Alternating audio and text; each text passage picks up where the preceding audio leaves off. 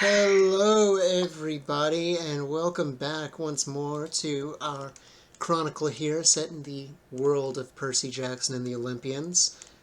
We are on episode. Oh God, I keep fucking forgetting. I think this is 15. It's 15 or 16, one of those two. Pretty sure it's 15. I gotta make a better note about this. And last time we left off with the party having summoned two gods to help them in their struggles against the spiral.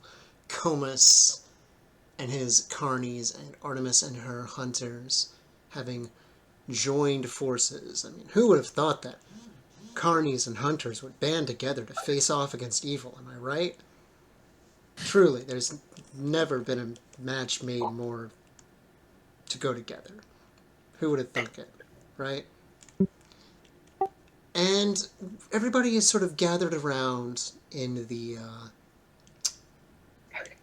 tent that is hidden inside of Comus's punchbug car. They're sort of scattered, making their preparements for whatever sort of battle might come, whatever might happen. Michael, what do you think Michael would be doing right about now? Um, right. I think when we left off, he was hiding because he didn't want to be spotted by Artemis. I think Right. he's actively hiding. Yeah, I'd say that would be fair. You're probably like chilling out with the other friendly lycanthropes together somewhere out of Yeah, I sight. am. We're hanging out away. Keyword away. And so you're hanging out. I'll say that you have your own sort of private little tent that's been set up for you by Comus, along with the other remaining survivors from your community who were not captured or killed or whatever. And so the first one to come and visit you actually is the god of comedy himself. He sort of like pops his head in. Hello? Uh, Everything oh, okay in here? yeah, we're fine. You're making sure she's not coming over here, right, man? Of course! I'm not gonna let you get hurt in my circus. Come on, young man. What do you take me for? I'm allowed to be nervous after the dream rendition of this woman, tried to kill me. I'm sure it's gonna be fine. I mean, I could totally talk Artie down. You know? It's gonna be just fine. And he Right. smiles, like, almost too wide at that. Michael's just looking back like wide-eyed and just nodding slowly, but is obviously like, God, we're so done if she comes over here. We haven't had an accident in our circus and he squints his eyes as he looks behind you on the wall. Oh, actually, it's only been a week. Oh, well, never mind then. That's not very reassuring at all, is it? No, no, no. I wish this was one of your jokes, man. I really do. Mm, I'm sure we'll be able to laugh about it after everything is over. Don't worry. I hope so. It's a lot better than the alternative. Well, anyways, what I was saying is you guys don't have to, lock yourselves away in this tent. You're free to come out if you want. I'm pretty comfy in here until we reach, point B in our journey. Hmm. Well, Because you might want to confer with your friends then about whatever it is you're going to do next. I'm sure there's plenty more preparations to be made. I think your friend Simon went off with his dad and a few other people to go and investigate some cave or something. I don't know. It sounds pretty boring to me, but yeah. oh, huh. I guess. Well, anyways then, I'll leave you to it, and if you decide that you want to join the circus or anything, just let me know. And good luck. He walks back out of the tent. Th thank you. Okay, and he's gone. Huh. There's Lupa, enough clowning around. she speaks up and she chuckles at your joke. You get used to it. That's just how the gods are. Right. Fantastic. Fantastic. This that I'm not actually I don't think I'm even surprised anymore. You know what? Maybe I will go out there. What's the worst that could happen? I die and apparently I come back after clawing my way out of whatever horrors await me and what was it? Tartar sauce? Is that what it's called? Why do we go to a place called tartar sauce in hell? Tartarus, but close enough. And it's, well, Yeah. it's one of the worst places in the mythos. I went there, after Artemis. And she doesn't actually finish the sentence of telling, but you saw in the dream what happened. Well, yeah. Right. I still have nightmares about that place. So if I were you, I would try to avoid dying. Okay. All right. Noted. Am I in here? Where am I exactly? That's a good question. Where would everybody else be? Out of curiosity.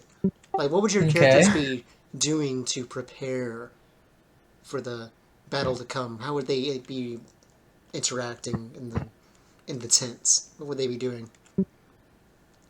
I think that Maxwell is like off to the side, is like pulling from um his fanny pack. So like he's shoved his goblet back inside because he's no longer drinking the Diet Coke. He's checking over his items, making sure that he has everything he needs. He double checks he has his knuckle dusters on, or that they're in his pockets at least. He pulls his raincoat from the fanny pack as well, and it looks a little different than before. It's more like heavy cotton, like black, almost a something between a cloak and a hoodie. It's like almost like a mixture between a cloak and like a jacket. So he like pulls it over himself, clips it, closed at the top, in case any of them use water-based attacks. Plus, he feels like it would grant him at least some protection. He doesn't really have any armor. So yeah, he's just basically just checking over his stuff, making sure he has everything with him. Very much preparation.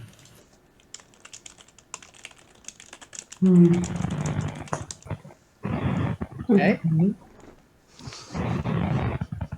I would say Ivy. Ivy sensed the magic before, right? That Beatrice got from the spell that Right. she got. She sensed that there was magic. Correct. Okay. She would go in the direction she sensed the magic was coming from. That's towards the center. Okay. Or you mean like where it was sent from, or like what do you mean exactly? Yeah, where it was sent from. Like she sensed the magic. Where was it coming from? Where was it sent from? Seemed to be from the center of the circle that you guys are trapped in. That's also where the werewolves and Lycaon and the Spiral have their encampment set up.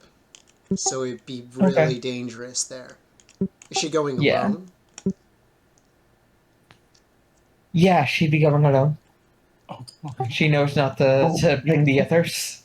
Okay, now this is an interesting opportunity. Beatrice. Would Beatrice go with her, out of curiosity? Sorry, I didn't quite catch that. Okay, so Ivy is apparently leaving to go towards the center of the circle, and I remember that Beatrice also apparently wanted to do that. Would she be leaving with Ivy? I recall being told that was a bad idea by all my friends. So yes, I'll go.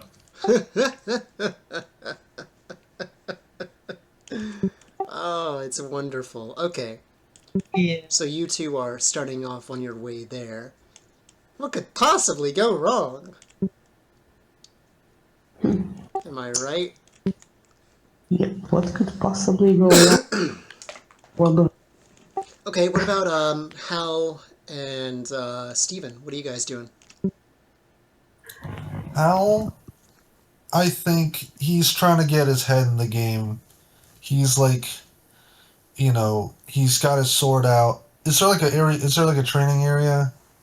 There is. Yeah, he's like whacking it against a dummy, like just trying to get in the zone of like we're gonna have to fight. Okay. Do you want to use this time to use your meditation perk? Ooh, yes, forgot I had that. Let me read it again. Okay.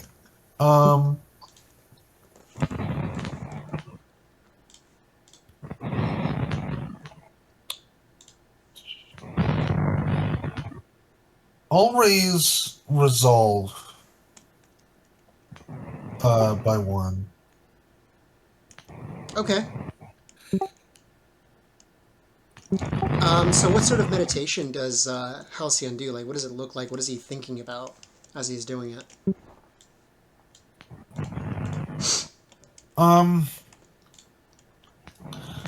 Halcyon's like, I want to say he's like just taking a moment to remember just the people in his life, like his mom and his dad, and Max and Beatrice and all his friends, and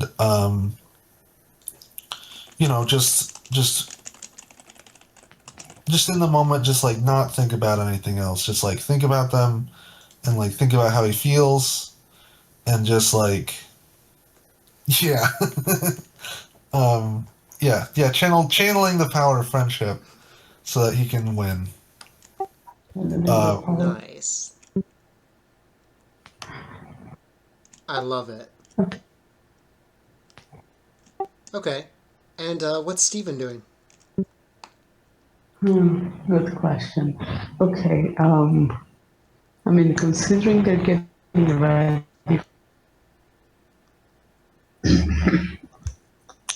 just checking you guys can hear me properly, right? I'm talking a little bit low. Yep, we can hear you. Okay. Okay, so considering there's a battle and all that's going to happen soon, I think Steven, first of all, he's freaking out, like internally, but he's trying to like not show it like outwardly because he doesn't want to be a burden. And second, I think he would be like go into Aaron and be like, hey, so is there like not a chance that there's something that you can teach me about fighting like quick before we have to go into the fray yet again? He has this sort of intense look come over his face as he's thinking.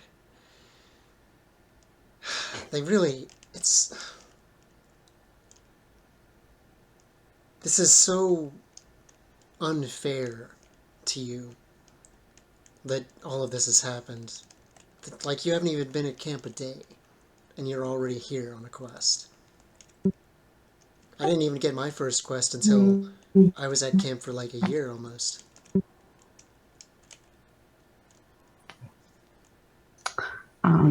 Well, I mean, you know it. Life has a way of being unfair to me. Yeah. I'm used to it at No, this I point. get it. It's both of us, huh, bro? Yeah. But,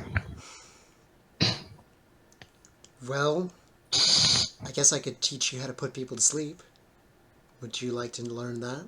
That could be useful. oh yeah, that sounds awesome actually. Whatever I need to do to like not have to fight much at all because I'm clearly not good at that is going to be fun. It's going to be fun. I would like that. Okay, so here's what you're gonna do then. You know that feeling of when it's been a really long day? Maybe you've had to do a lot of like exercise, or you just didn't get very much sleep, you're just really tired, right? You know that feeling? Yeah, about the same as I'm feeling right now. Good. Well, that makes this easier then. Also, you should try to get some sleep before whatever's gonna happen happens. Okay? But focus on that feeling, and then imagine pushing it out, and then focusing it in on somebody else. And I want you to focus on me. Alright? Okay. Okay. He's, okay. Steven is a little bit uncertain, but he just follows the instructions as much as he can from what he can understand. Okay.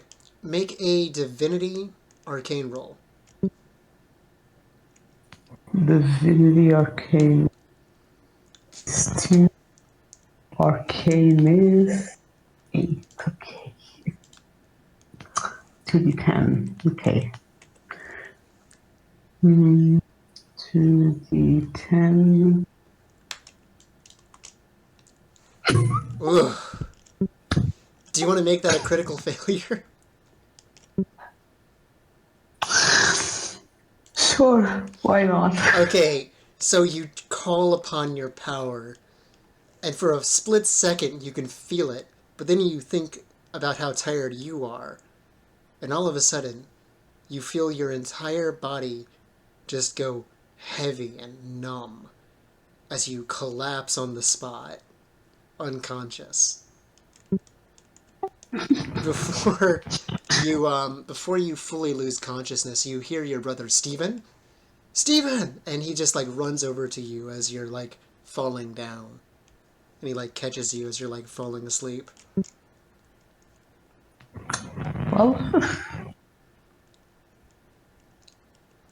Would you like to use your I mean, he dream did. merit, prophetic dream merit? Yeah, actually, that sounds fun. Okay, 1 second.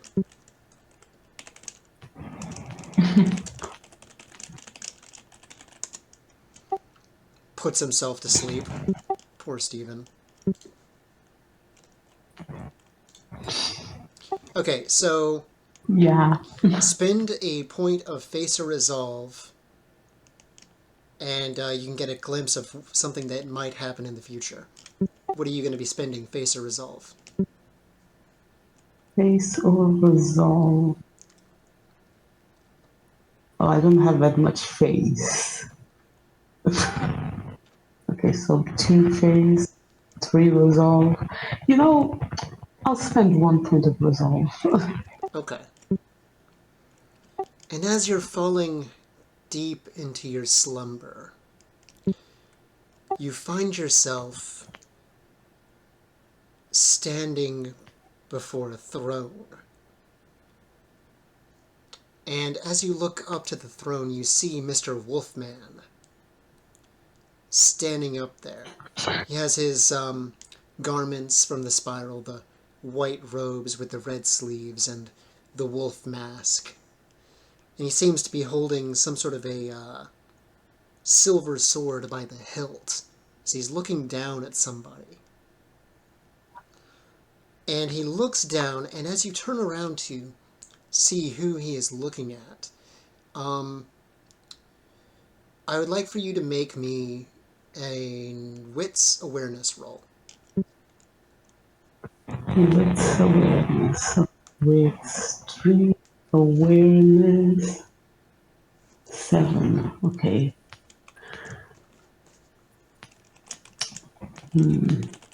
Okay. 3. Okay. One Oh, dear. success. One Got success. it. Yeah. Okay. And it takes you a moment, and the dream is very shadowy and dark, so you can't exactly make out all of the details about what is happening, but you think that the person that he's looking at, who's standing down below the throne, is Halcyon, in fact.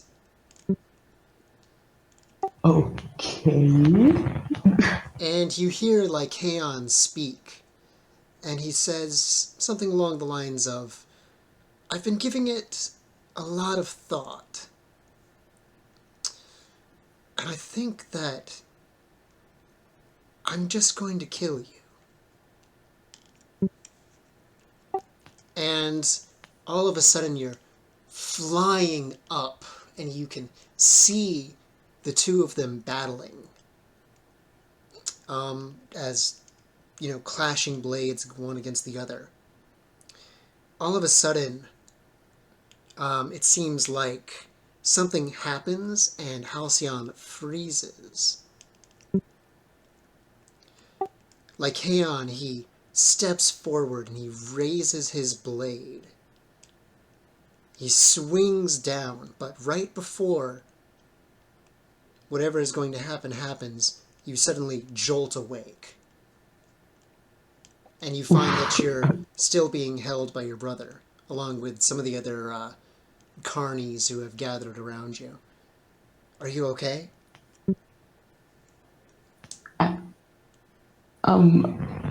Yeah, I'm fine. What the heck just happened?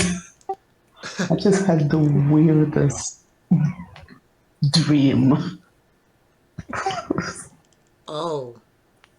What happened? What did you see? Well, it's a little bit like confusing, but I saw this big wolf guy sitting on a throne, being really menacing and scary. Looking over, I'm not 100% sure, but it looked like Halcyon. And Aaron seems to his eyebrows furrow slightly. And what happened then?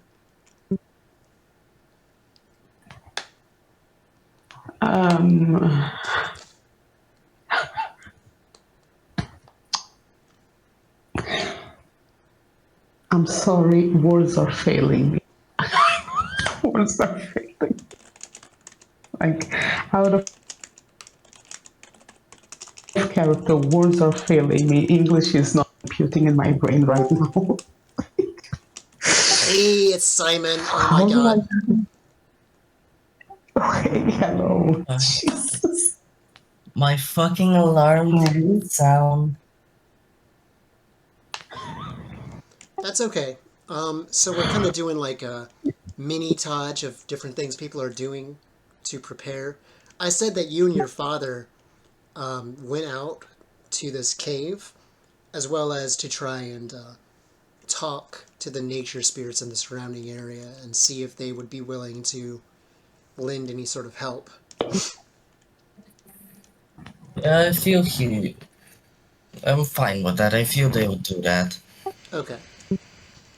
And as you're talking, Stephen, your brother Aaron, he's like, "Can you stand?" And he sort of stands up and he like offers his hand to you. Yeah, sure. Steven tried to stand. I don't. He probably still was a little bit sluggish since he essentially just knocked himself to sleep and just woke up. So, but he should be fine. Okay. I think we should go tell the others about what you saw in your dream. It sounds important. Is this like a normal thing? Don't seem surprised. Well, you see, part of being a demigod is that we have really weird dreams. Sometimes we can catch glimpses of the future in our dreams.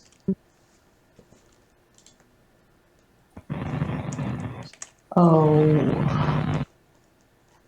Oh, well, that doesn't sound good. Okay. Okay. Then, yeah, we should probably tell them for sure. All right. And we're going to switch over to Simon and his dad. So, Cornus, you've heard about this cave in the area from the local nature spirits. You don't really know too much about it. You intended on going to see it before, everything happened. But then, well, things went to shit. And you did not actually get the chance until seemingly just recently, in fact. There's some sort of, according to the spirits in the area, there's some sort of powerful presence within it. And Simon, I think Simon wanted to ask something to his dad, didn't he? Yeah, actually, yes. So now that the two are sort of like they're separate from the group, right? The group separated. Correct. Yeah. So now that everyone's like separated and no one can really hear them, they're just on their own. He sort of nudges his dad a little and still sort of whispering in a low tone goes, Dad? Yeah, buddy. I'm sorry, I forgot about the Australian accent.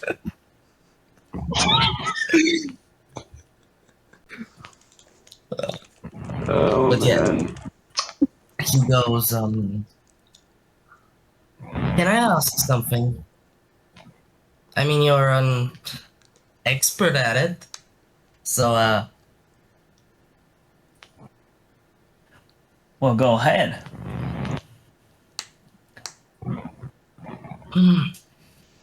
how do you talk to someone you like? Like. Oh, God.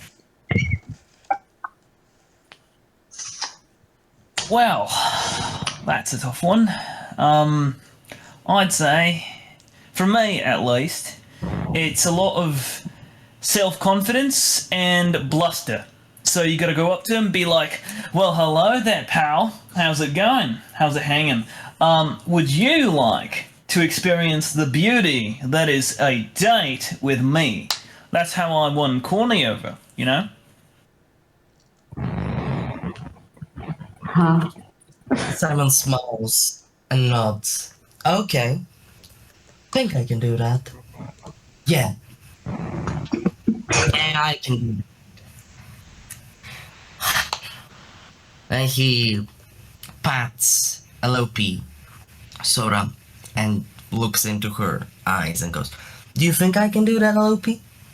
Yes, I can do that. And he just scratches her head. And Okay. and as you're scratching your head, she speaks to you in Fox, and she says, "If you keep scratching my head like that, I think you can do anything."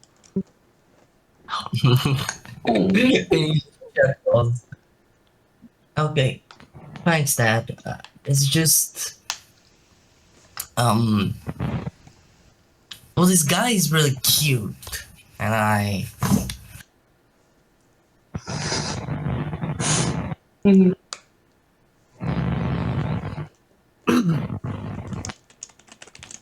Well, Simon, Q is always good, but make sure you like him for him. If you just like him for his looks, that's not gonna end well, you know? I know. I mean, he sort of saved our skins some time ago. That's always a plus. He also kind of killed my friend's family. And that's a big minus. Wow. I feel like there's a story behind that one, but I don't know if we have the time for it. You know, I had a bit of a disagreement when I originally met Corny as well, although it wasn't that big. You know, he mentioned wanting me to join the circus, and I was over here. I had my job as a protector, and I couldn't leave. So it was this big thing where he wanted me to join him in immortal clownery, and I wanted to go out, explore the world, protect demigods. It's a matter of understanding each other and making compromises. Like, back then, I couldn't join the circus, but now that I'm retiring, I can join. And life moves on. And if nothing happens, then nothing happens, and don't feel too bad about it. Simon sort of looks off somewhere in the sky with like this kind of confused expression, as if his thoughts are still sort of storming. And he goes, "Yeah, I think you're right. I'll try, and whatever happens, happens." You're gosh darn right, I'm right. I'm the smartest person you'll ever meet. "Sure you are, Dad." And he just sort of wraps his arms around him and gives him a hug. Well, of course.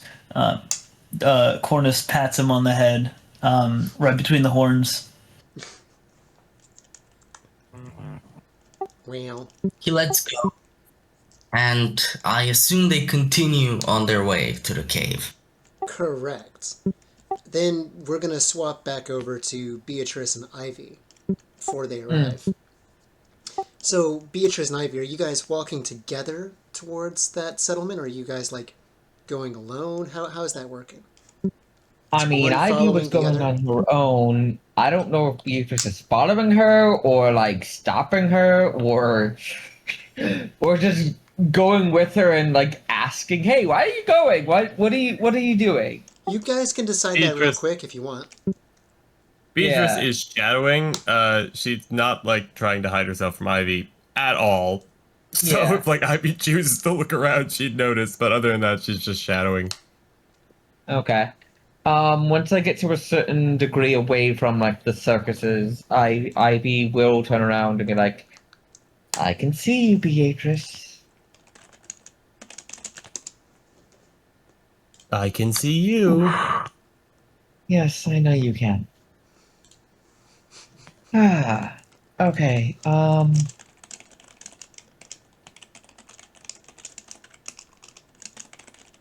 I assume you are following the magical trail.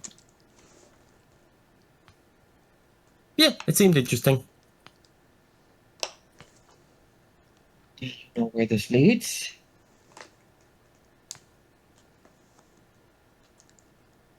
Like, do I know? I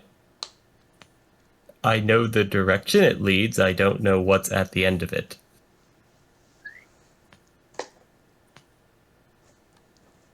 I can tell you if it would satisfy your curiosity. Okay.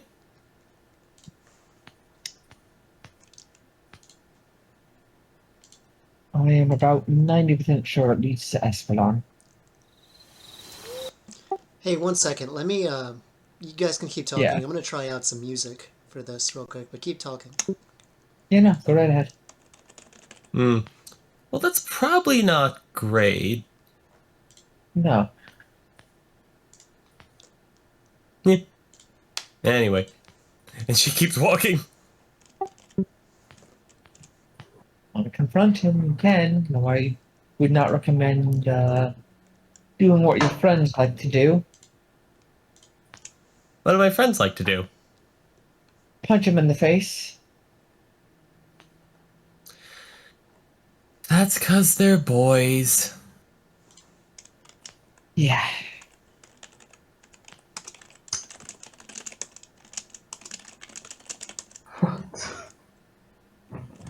Alright, well. After you then. Beauty before age. She pauses to think about that math, and Yeah. then keeps walking. And you continue through the forest for a while, and that's when you notice that the woods start to thin considerably. You start to find these stumps of trees which have been chopped down, in fact. And in the distance, across the field of stumped trees, you can see. Also, if you guys need to adjust the volume on the bot, you can do so. I don't think it should be too loud, though. But you can see this sort of encampment has these spiked logs sort of like creating like a wall around it. It seems to have like a gate.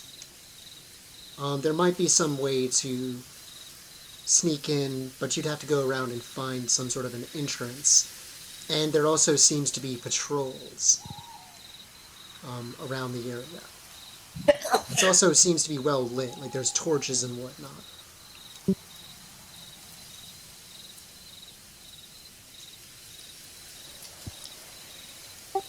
Does Beatrice and Ivy have a plan for how they wish to enter into this area?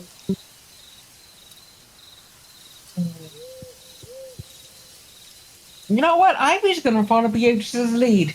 She's curious to see what she tries to do.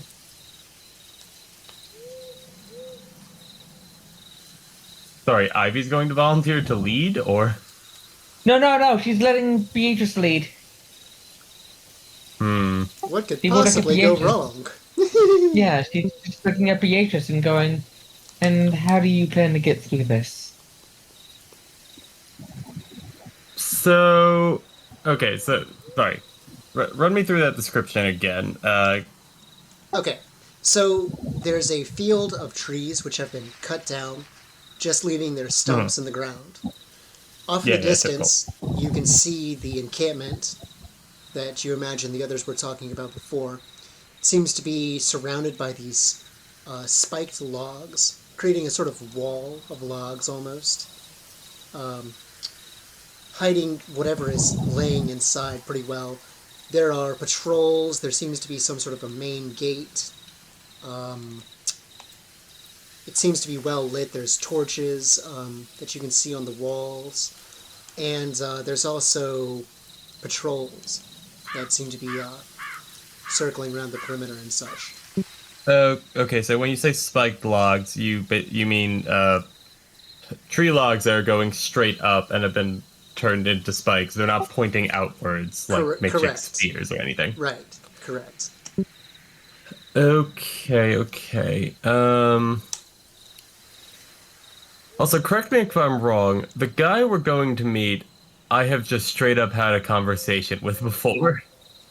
Who are you going to meet, Escalon? Yeah. Going to meet Escalon? What could possibly go wrong?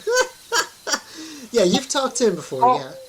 At the end yeah. of the first arc. For once, nothing! Because we're not going to attack him like the other people will. We know not to do this! Oh yeah, no. I'm very on board with sneaking into this place, but it's good to have a backup plan of just Yeah. Uh, But yeah, you've talked to him before. Yeah. yeah. If it's at all feasible, I'd like to try and just give the whole place a once over. I suspect there's going to be only one entrance, but it never hurts to double check. Okay. Um. So, as you're looking around, you find there's a small stream of water that seems to flow through the area, and there's a gap in the logs where one might be able to slip through where the stream flows through it. So that might also be an entrance that you can use to enter through.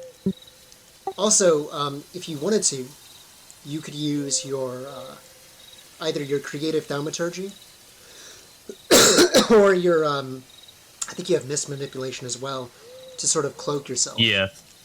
If you wanted Yes. to. So, current idea.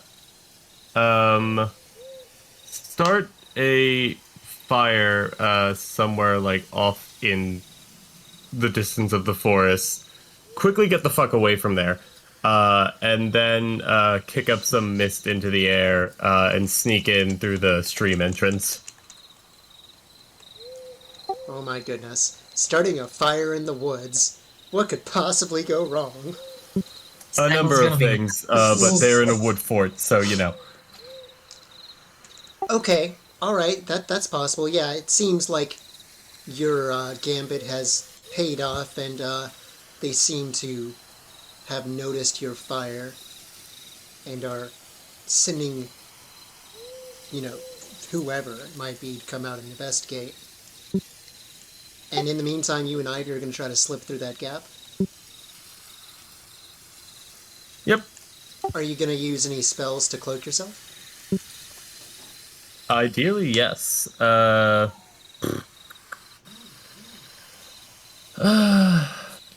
does not have any spells for cloaking. Let's see. I feel like it makes more sense to use mist manipulation in this instance.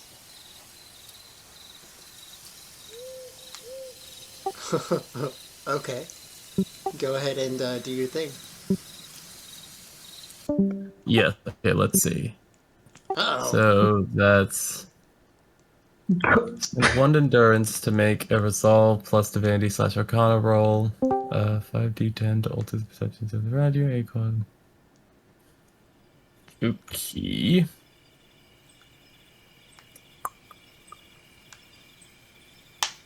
Where's the...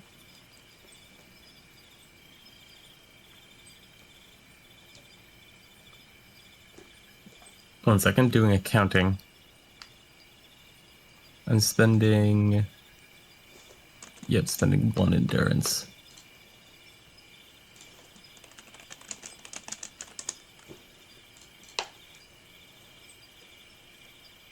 And... Am I missing anything? It's resolve plus arcane. I trust your math on this. Wah wah. I believe you said difficulty 4. Correct. So that is 2 successes then. Mm-hmm. And what are you doing with the mist manipulation? Are you doing a sort of hiding from sight completely, or disguising yourself as something else? What's that look like? Truly, in the forest at night, she has just attempted to kick up an actual cloud of morning dew mist and be sneaking along the ground of it. So you're snaking your way across the ground. Yeah. Okay. All right. Is Ivy following her? Yes. Although, here's an interesting thing. Ivy wouldn't have a scent in the natural sense because she's not human.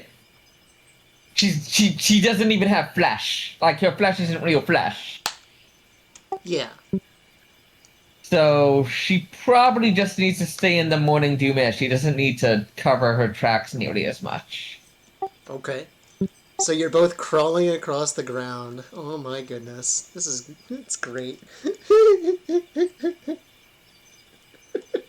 Hey, let's take a short break and then we'll continue. 5 minutes. Gotcha.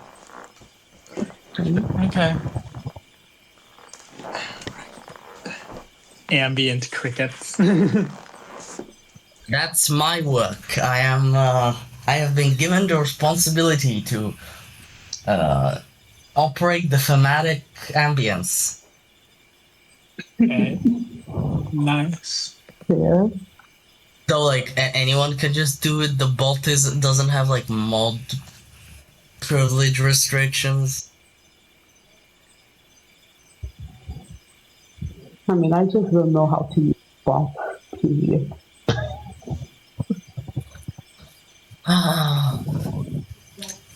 I just love how Cornus was like, he saved our lives recently, one time. That's a plus. And then Cyber just goes, and he killed my friend's entire family. And Cora just goes, that's a big minus. Yeah.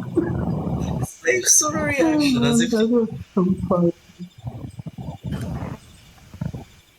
he just told his dad that his crush also had like a bad haircut. That was the sort of reaction. I'm really sorry for being late, by the way. It's fine. I couldn't get in until like an hour before we were supposed to start, anyways, because I had to work. I just kind of slept It in. happened. My fucking alarm didn't sound. Why didn't you sound?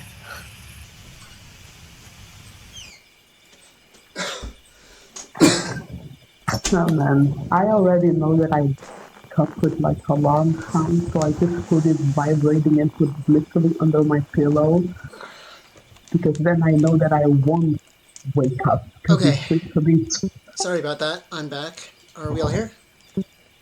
Yes, we are. yeah. I believe. Yep. I think you know. Yeah, we are, I think. Okay. So, Beatrice, your ruse and distraction seems to have worked quite well. Together, you and Ivy managed to crawl through the gap, leading underneath the logs. It's wet because you're having to crawl through the water, so you're probably pretty fucking cold. Wait, you had the fucking raincoat, don't you? Yep. Yeah. I forgot. I'm also a robot and I don't feel anything. That's right. Yes, right. Right. It's a perfect combination, you know? So you have the raincoat, so actually you're perfectly dry. In fact. Thank Hermes for amazing outerwear like that, huh? Anyways, you get into the main fortress, and you can see there are various different tents set up. And quite a few people here, in fact. It's a large encampment. Like, there are cultists running around. You see like these giants, grisly-looking sort of giants, stomping about. Seem to have a sort of a blank look on their face, almost.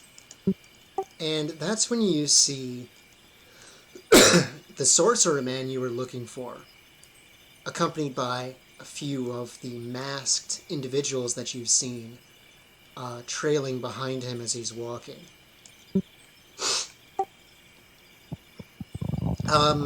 Darcel and Maxwell, would you guys be Yeah. prepared to play the characters I sent you? Yeah. Okay, Yeah.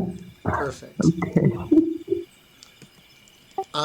So we'll begin with you two, actually.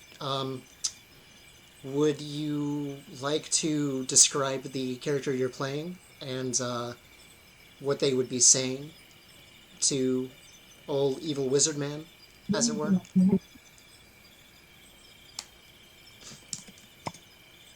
Um, One do second. you want to go first? Where do I go?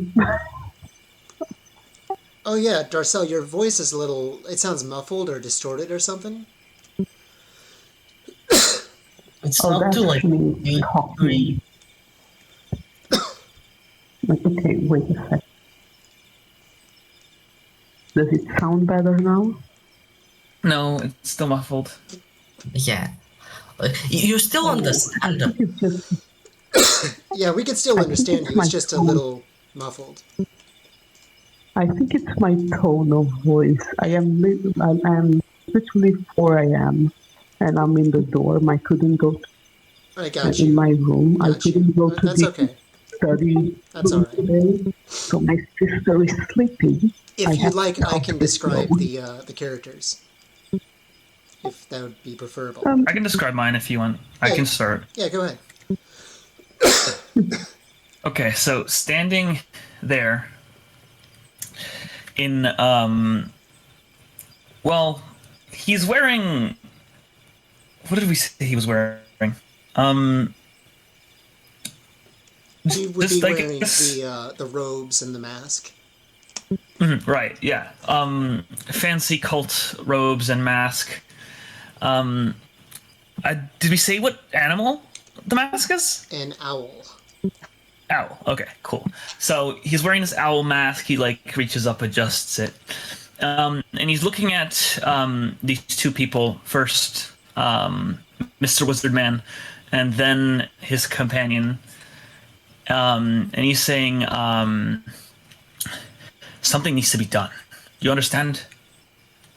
We must do something. He's going too far. So yeah, I guess next would be Darcel's character. Okay. Would you like me to describe what your character looks like, Darcel, or? No, I'm cool with it. Okay. So, and this character, she's like looks like a young woman in like her early 20s or something. She's also wearing those fancy coat robe thing, and she's wearing the mask of a bear. And well, when she what she said to like both her companion and the evil wizard man, I guess. Um, she goes, well, I'm inclined to agree. Actually, he is going too far. We don't. If he keeps going like this, we don't. Everything that we've been working on might just be ruined. That's what Escalon, I'm he sort of I'm saying. chuckles at the two of them. Ye of little faith, hmm? He might be a king, or he might have been a king in the past, but he is little more than a dog on a leash. And his attempts at trying to bite the hand that feeds is foolish at best. And traitorous at worst. Treacherous indeed. Well, my companions, rest assured, things are proceeding just as I've intended for them to proceed. In fact, before all of this is over, Lycaon will have played his part. Our enemies will be weaker for it, and the spiral will be one step closer to achieving our goals. Though I understand your concerns, I promise all is going according to plan. If that is what you say, then that is what it is. I just worry. Well, if what you say is true, and I believe it is, then okay. I guess we shall see. I haven't led you astray yet, have I? Well, that is No. true. I suppose not. And as he's speaking, he looks over nearby. And also, Beatrice, Ivy, what are you two making of this conversation as you're listening in? Do I recognize any of the voices? You do recognize a few of them, yeah. Okay. The man in the owl mask, you recognize that as Mr. Gates, though you probably know Okay. him better as Gray. That's his title within the Spiral. He's one of Escalon's apprentices. The woman, Okay. her title is Ursa, though you do not actually know what her name is. What her name is, yeah. Correct. Okay. Okay. Would it be fair to say I've interacted somewhat with Gray? A little bit, yeah. He was Steven's humanities teacher. The guy Got that it. you just Okay. you met a few sessions back. Yeah. Okay. And they walk off, yeah? They're standing there talking actually, and as they are standing there, Escalon, he looks over and as you follow his gaze, Beatrice, Ivy, you notice the shadows on this one particular area seem to darken for a moment. And then you watch as somebody else seems to just manifest almost like stepping out of the shadows themselves. Simon, would you like to describe who this young man is? What? It's your guy, man.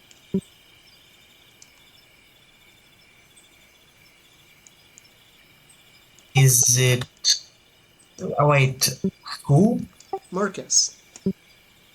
Aha, bah! I didn't expect to play him so soon. You wanted Lyric to voice him, right? Yes, I didn't expect him to appear so soon. Well, here he is. Okay, sorry. So out of the shadows appears this young man, probably around Ivy's perceived age. He has a mop of messy brown hair. He's dressed sort of casually, dark sort of clothing, and he has a mask on his face. It's like a wolf mask. On his hip hangs a sword, a long, thin Zephus, and the thing has a little hook on it, like a little sort of crescent shape attached to it. And he has this sort of energy to him that's a little shifty and a little restless as he sort of walks out of the shadows. Well, if it isn't the wolf himself, were you successful? Did you find it? By the way, have we informed Lyric about this? No, I did, but for now... Barely. Yeah, no, we it was kind of messy. Do you want to just play him for tonight, Steven? I'm sorry, Simon, rather. Of course. Okay. Yeah, that's all right. If we cut this out in post-production, Happy voiceover. maybe actually. Nah, I'm not going to go that far. We're just going to have Simon do it tonight. Yeah. No, just cut the discussion about it, is what I was saying. I'm too fucking lazy for that. Let's just, how does Marcus react to the question? He sort of gives a little bow. And what was the question actually? Did you find it? Were you able to retrieve it? He gives a little bow as he nods. All right. And does he hand it over to Escalon? Would he be in the mind to? What do you mean? Would he want to? Probably yes. But what is it? One second. I'll message you to remind you.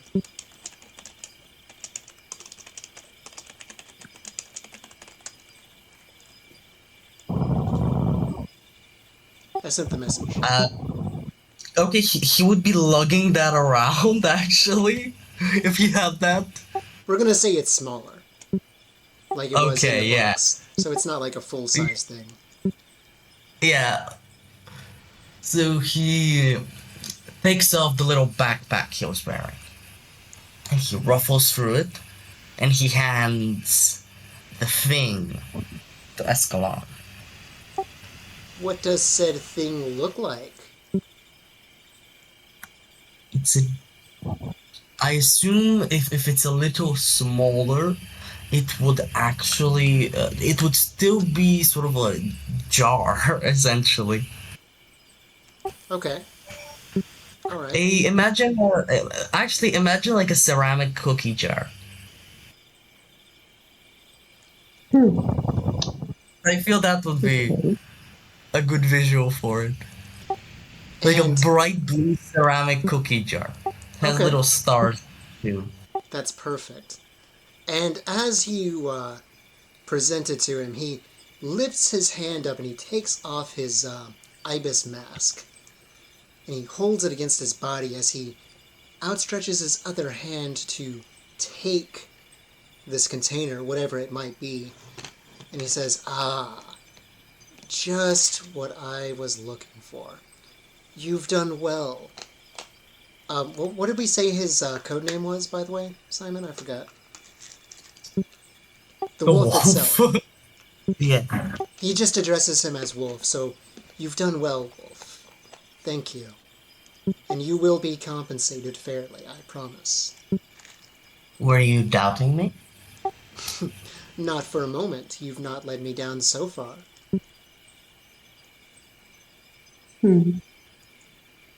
Okay. Beatrice, Ivy, how are you reacting to this exchange that is going on? Does Ivy recognize Wolf at all? Like the voice, or Yes, you do recognize him. He's Escalon's top thief. got it? He's the guy that goes out and nabs artifacts for the spiral. Okay. I think Ivy might have had a rapport with him, Very likely. probably. He's around Ivy's, age, kind of. Yeah. Yes. Is he an automaton or is he just a normal guy? You're not sure. Okay. He could be a werewolf. Could be. Possibly. What about Beatrice? What is she making of all this?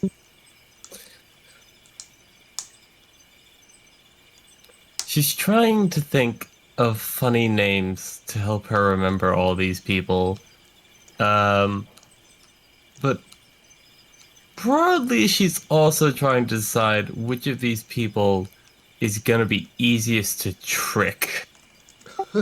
Because she would like to leave with something useful. I mean, She wants the Ivy- cookie. yeah, Ivy will look at Beatrice. How far are we away from everyone? A few yards. Few yards? Okay. She will tap Beatrice on the shoulder and sort of motion for her to come back a little bit so Ivy can tell her something. Yep, yeah, she would do so. Yeah. Okay, so once we're a little bit further away and she can speak lower, So it's entirely possible Escalon saw us, and he probably did. That's fine. He's not going to react unless we make ourselves known. The other three, on the other hand, probably don't know we're there unless he's told them. I don't think he would because he's kind of a dick like that. Um, that said, I do know who the other three are from my time being enslaved. There's Ursa, that's the one in the bear mask. I don't know much about her other than her code name. You would What know, do I know? that she is Yeah. like his hunter, so he sends her out on like person retrieval missions or to hunt down specific monsters and such. Got it. Hey, Danielle. She she get she's usually around to hunt specific people or a specific monster. Wolf there, I don't know his name, but I know what he does. He's Escalon's top thief, stealth assassin. Basically, if it's dirty work, he's the guy Escalon calls on. And then there is Gray. What was Gray's code name? Gray. Gray is his name. His code Oh name. no, what was the owl, Gray. Yeah. Do you mean his yeah. real name? Yeah, no, I know his real name is Gray. No. asking- That's his code. Yeah, Gray's his code code name. name is His real Gray. name is the other one. Yeah, his Yeah, real name okay. is Carson Gates. His real name is Person Gates.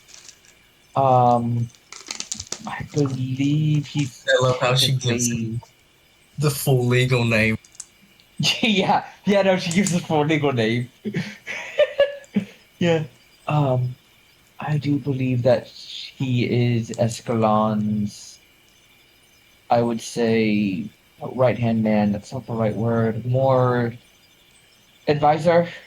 Knows a lot about the occult. There's an item that needs to be looked into outside of Escalon himself. He's usually the one to look into it. That's right, yeah. ST? That's correct. Yeah. Yeah. He's like an Okay. advisor and Yeah. sort of an occultist. Yeah.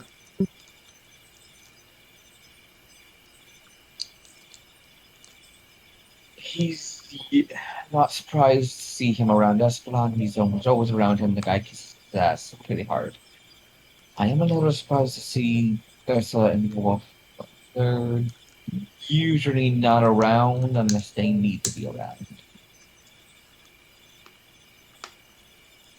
My guess is he's probably looking to have Ursa, once Lycaon does whatever Lycaon's gonna do, likely have Ursa hunt down Halcyon or Steven or someone else. She could be here for me. Well, I kind of doubt we're going to be able to fully get rid of anyone. We might be able to take some of their stuff if they have interesting things, though. Maybe. Wolf, if he took something, it might be from the circus, so we might want to ask Cormus if anything's gone missing.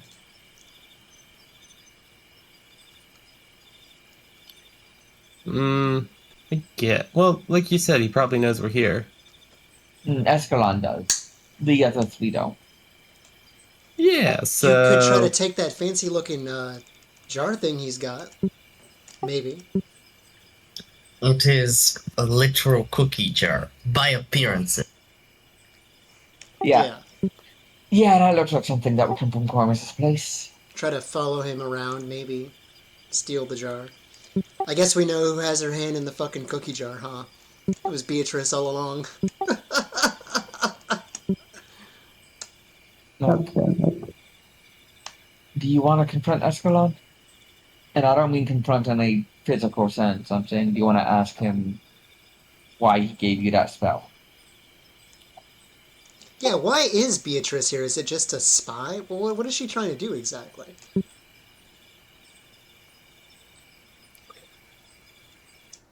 Okay, well, part of it is because people told her not to. Um,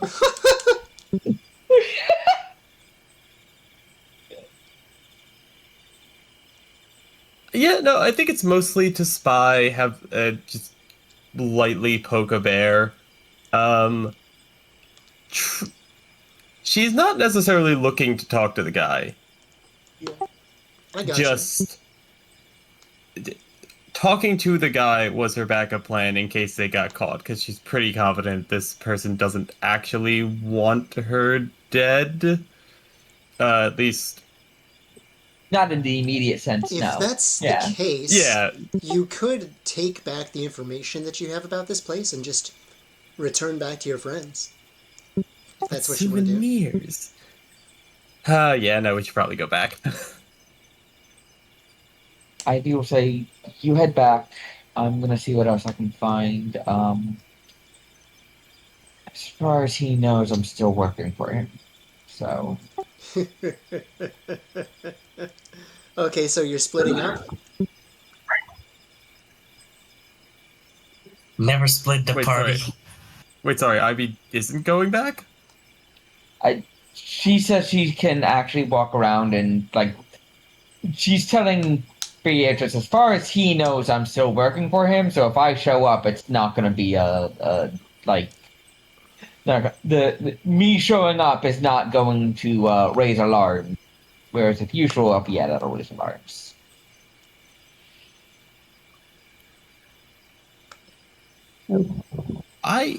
You, are you, how confident are you in that? Quite.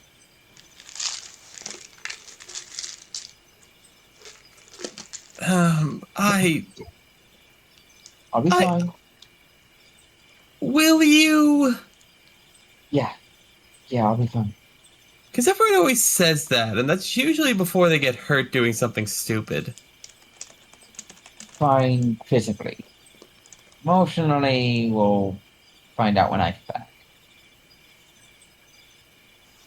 Okay, well, I'm gonna hang out in the woods for a bit and hope you come out Yeah. of here. That's fine.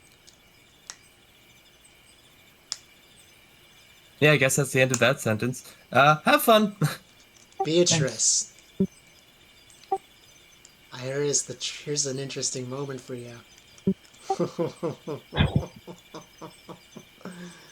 Oh boy. Fate twists and turns and churns like a river flowing around you as you crawl out of the entrance from which you entered.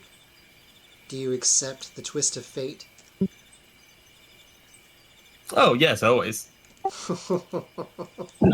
And as you get out no. the other side, as you stand up from the riverbed, immediately you are grabbed and restrained by somebody.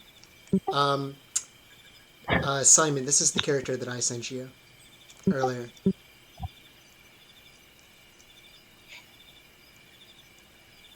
You should inform people. I literally, it's like, how did you not see it? Oh my god.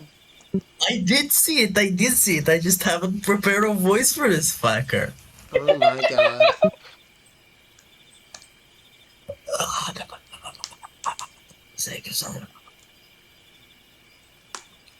Oh boy. Okay. So he grabs her, yeah? Correct. And he's just gonna sort of loudly, I guess, or like raise the alarm. Intruder! What are you doing here? Probably. Uh-oh. Do I recognize who this is? Am I out? Sorry. Yeah. What's up, Kerr? I was gonna say, am I grabbed inside the camp or am I grabbed outside the camp? You crawled through the hole. As soon as you, like, stood up, you were grabbed by the guy that Simon is currently voicing. And there are several other people around you as well. Do I see this? You do not, Oh, but that's you not great. probably hear it as the alarm bells Yeah, start ringing in the camp. Yeah, if I hear it, I go in that direction. Uh-huh. How does Beatrice Um, react to being grabbed by this guy? Oh, she's flailing and kicking around. Mostly I'm looking to see if. Damn it, no, they're already fucking ringing. Um, nope, that takes an hour. That takes an hour. How many people are around me? Like 5. Fuck. Fighting does not seem to be the answer. I was gonna see if I could make them all think I turned into a snake and disappeared. I will say, the intention was that she was captured for the twist of fate, because I have something in mind. Yeah, no, I appreciate that. I do not think she's. I don't think she's screaming. I think she has a sense of dignity enough to not do that. But yeah, she's not. She's wriggling around. Startled. She is not an easy person to carry. Yeah, she's startled. Okay, and yeah, you hear this happen as you get up to the wall. And as you approach the wall, you can hear from the other side the struggle that is happening. Yeah, Ivy then- goes. Behind you, Ivy, go you ahead. hear a very familiar voice, and it says, "Ah, Ivy." And instantly you recognize it, of course, as being Escalon's. "I'm glad to see you here. I wanted to speak with you." Yes, it seems as Oh, if they brought it all hook, line, and sinker. Yes, everything is going just as I intended. It's quite Indeed. savoring, really. Do not worry. I'm sure. Beatrice will not come to harm. Oh, I imagine not, although I'm not entirely sure why it is you're capturing her. That seemed. I mean, you knew she was here from the get go. A magician, as they say, never gives away his secrets. Come. Aren't you older than street magicians, though? By and far, yes. But, walk with me for a moment. I wanted to speak with you. And in that time, we're going to swap over to Halcyon, Stephen, Aaron, and Max, and Michael. So, the group of you are gathered together as Aaron has brought you all. He says, "Hey, Stephen, he had a dream, and Halcyon, you were in it. Stephen, do you want to go ahead and tell them what you saw exactly?" Yeah, sure. Um, okay. So Stephen is going to be able to go and be like, yeah, so when I, so when Aaron was trying to teach me how to do the stuff that he described, can be like a little bit less useless in battle. Apparently, I knocked myself out sleep, and I had this weird. Aaron told me maybe prophetic dream, and what I saw was like this big wolf guy sitting on a throne, talking to what I might be mistaken, but what I think was you, Halcyon, and things weren't going exactly well.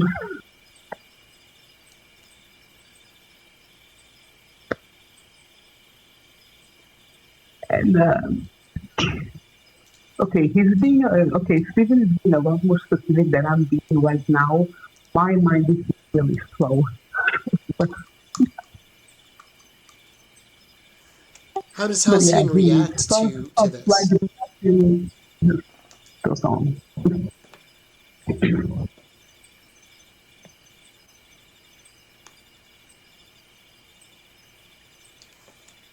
You there, Rising?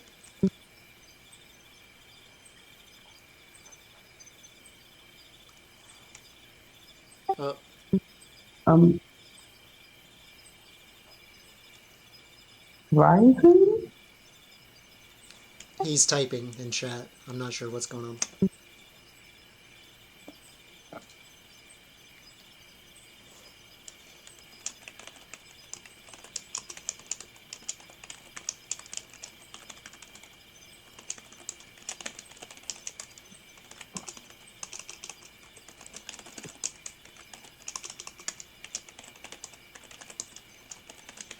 Hello? Yeah. Yeah. Hello? Or Hi. You're back. 1 second. 1 second. Okay.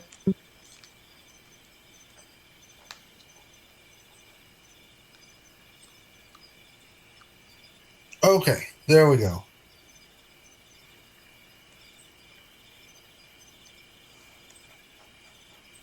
Yeah, so how is Halcyon reacting to Steven's retelling of his dream? Okay, so I said, Halcyon's like, so what did we say to each other? Did you hear what we were saying to each other?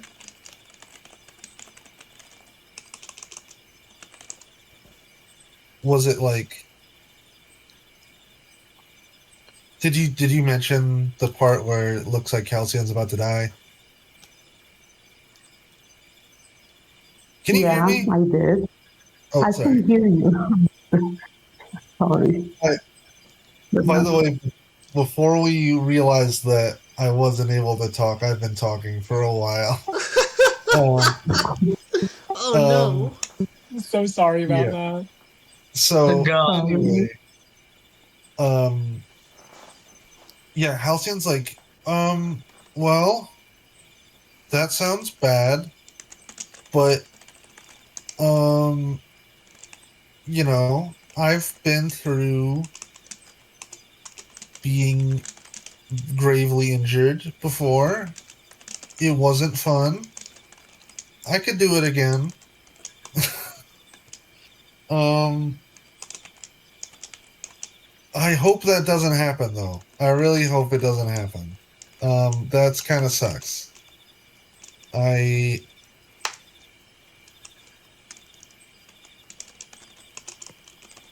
did you see me like die? Or did it like cut to black? Well, I didn't. I didn't actually see you die. I saw you get attacked. After that, it just changed to something else. So I Okay, actually don't know what happened there. that there's some leeway.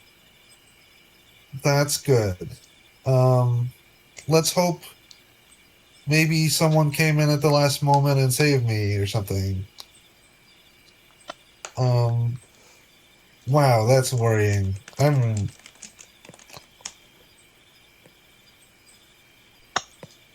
Yeah, sorry. Halcyon's a little shaken by this news.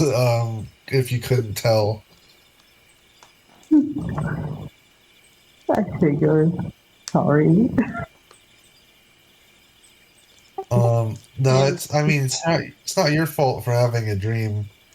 It's I've had a prophetic dream before. They're not fun. yeah, Um, weren't you the one? Wasn't it you that saw Maxwell get thrown out of the fucking window? Or was that Beatrice? I can't remember. I saw him in real life. I don't think that was a prophetic dream. Right, okay, I'm Um, mixing my people up then, sorry. Reality is kind of a dream, though. if you think about it, yeah. Wow. But yeah, Halcyon's feeling a bit less confident about this whole facing Lycaon thing now. And it only gets worse. Okay. In front of you, a rainbow mist appears. And you recognize this as being an iris message. Gay mist. It's a message from the gays. Let's go. The gay mist message. That means we're And- winning for sure. Inside of the mist, you see perhaps the one person that you did not wish to see. You see Big Bad Wolfman himself, Lycaon, appear in the mist before you. Oh no. Let me message Simon real quick. Why do you need to? Oh, listen, man, we're doing the best we can as we're going along, okay?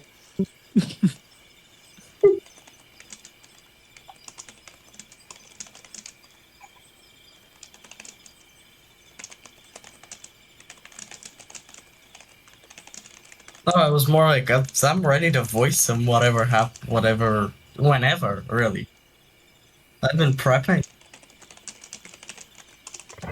Oh.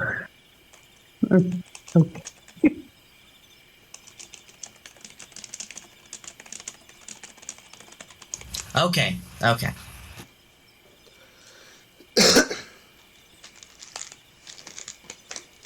So, as the iris message sort of unfolds in front of you, you see the visage of Lycaon.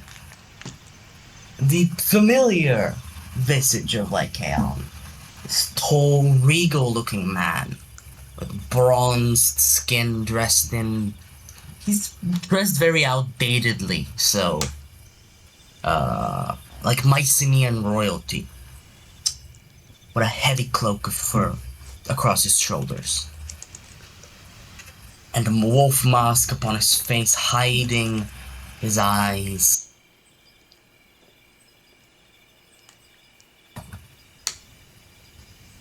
Children, do you hear me?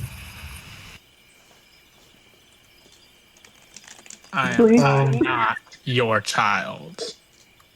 No, I can't hear you. I can't hear anything. Do you hear that, Halcyon? I don't hear anything. I just see a freaky guy in a gay mist. Little well, do shut your mouth. Oh yeah? You gonna shut it for me, buddy? I wouldn't push it, Max. Dude, he is mist right now. If he wants to do it, he's gonna have to run over here himself. Don't stop. Don't stop. He doesn't even know where we are. Oh, I can smell you. I can smell you, little whelp.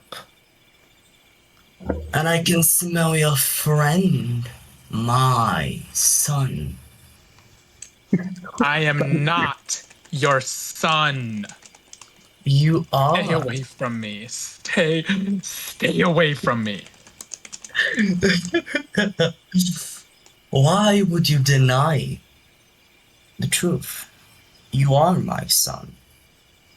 In all but I have bound in the ancient covenant I hate that has bound me to all your kind. I created you. But Correction, you enslaved me. I made you fulfill your task. I am your king, not just your father. But you are not who I was talking about. You, my child. You are mortal. Or you were.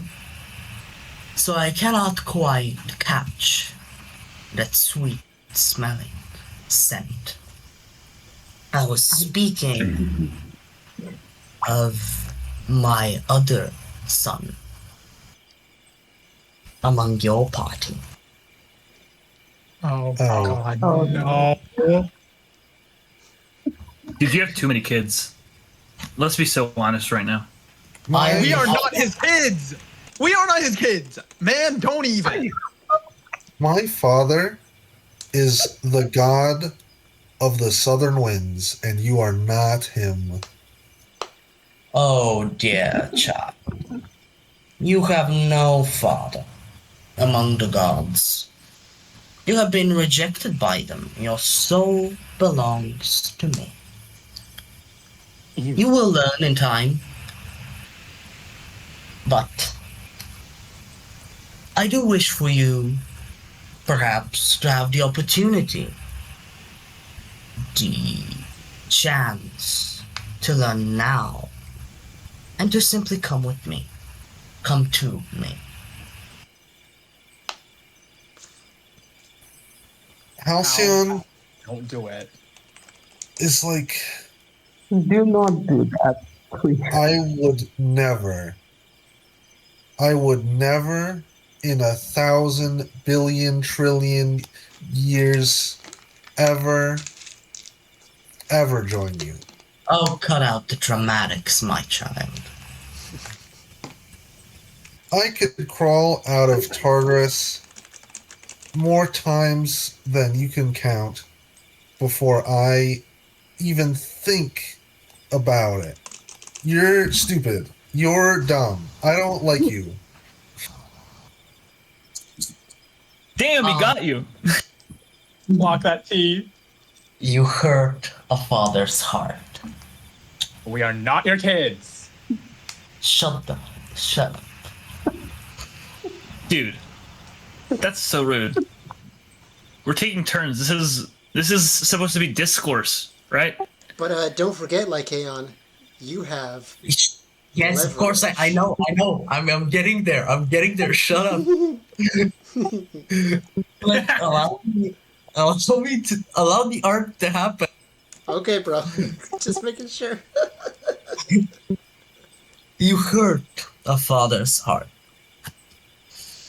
But see, Halcyon, my dear sweet boy, you can crawl out of Tartarus, but can your little Beatrice crawl out of Hades?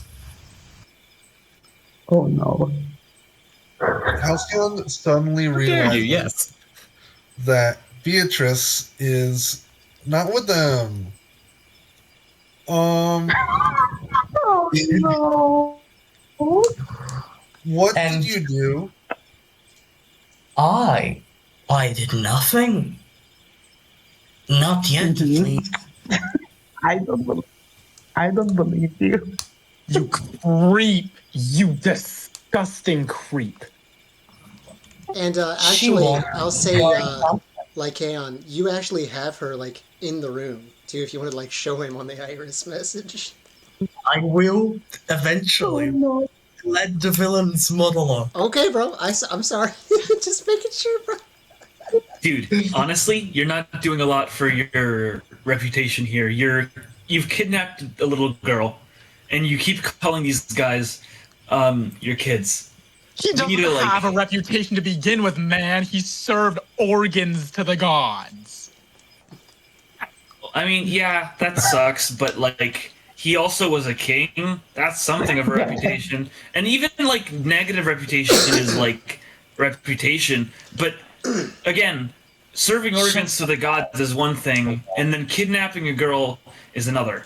And also, you can't tell me to shut up. I'm not one of your little werewolf puppies that you can order around, nerd.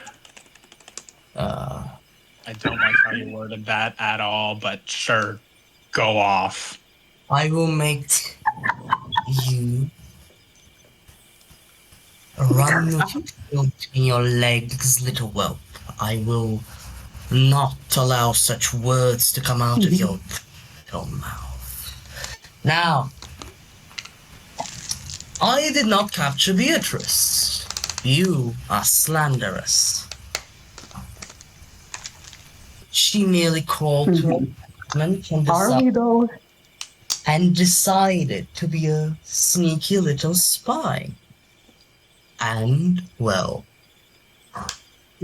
she got captured. And now his hand goes off camera. And then, the message, extends it in such a way that you cannot see it. And then when he brings it back, he's holding her by the collar. And now she is with him. By the collar. the of her skirt. He didn't make her wear a doggy collar. Bruh. Okay. He would. He would though.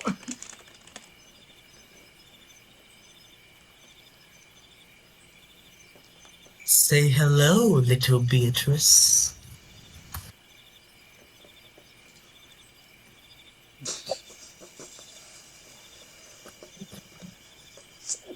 I'm still here. She's saying nothing. Okay. Okay. You better not do nothing, because if you do anything, I'm gonna shove my sword so far up your butt that you will die. Okay? Oh, Doesn't need to be my that far. God. Oh, You do God. not. You do not have the strength. Do you think this is the threat that I have heard? I have lived 1,000 years, 1,000 more. I will not be threatened by one of my own children with a sword. What is this thinking?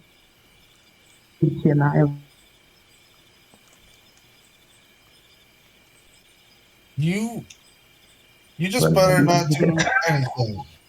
Okay? We're gonna I do will still some meat as a feast if you do not come.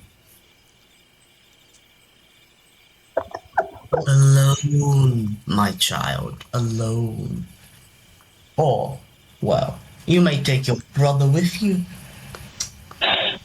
Oh, would be hell that. to the absolute no. And you're gonna see him just lift Beatrice up again. Go And on. just look at her and lick his lips no, stop. What? Stop. and bare his teeth. I'm Oh, coming, you are. alright? Oh, Go. God. Ugh. Just Why do I always get dragged You just into these kick things? him. She can flail. Yeah, she can flail around. Yeah, she's gonna try and kick him in the stomach. Doesn't react God. any Oh, sort God. of way. It is largely ineffective.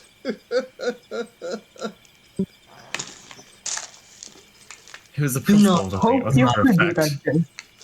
Do not Hope try. you could do that. I am not intending to hurt you. Not yet. And he just drops her. He's been holding her up, so he I just. don't believe you. I don't believe you. Don't What? okay. believe him. Okay. I'll be there. Just don't do Are anything. you? Are you? Tick tock, tick tock. Time is running out, my Help son. him? Hell It's no, just that's stupid. How can, are you sure about this? Like, after the dream I had and I told you about, this sounds like the worst idea. This sounds like the If worst. he's Steven, based on your dream, if he's going, I'm going. He is not going alone. He was alone in your dream, correct? Yes, Well, I'll be far there as I too. remember. And I will be there too, because we need at least one of us that doesn't get ordered around. well, I he hate the way that you word that, but that is a very good idea. Oh, but see, I do not allow that. Oh, shut up. I forgot I you don't very well care what you allow, nerd. I forgot that you Yeah, were this still isn't your here. forest. This isn't your house. This is my house. This is my forest. You have no right being here. Get the hell out. You have nothing, child, and you would have even less without me. Halcyon waves his hand through the just flails his hand through the rainbow and cuts it off. Just come away. Before that My happens, God. Michael's just baring his fangs. It's like, ah. That was fucking phenomenal. I That love was that. intense. Wow. Yeah. Okay, so Do I Wow. play a good villain? You do. You do play a good You film. do. That was You do. really good. Okay, so No, way too in good, fact, actually. Hope, I'm gonna go ahead and say, take a point of Kleos for your acting of Lycaon. That was phenomenal. Thank you. The wolves out of the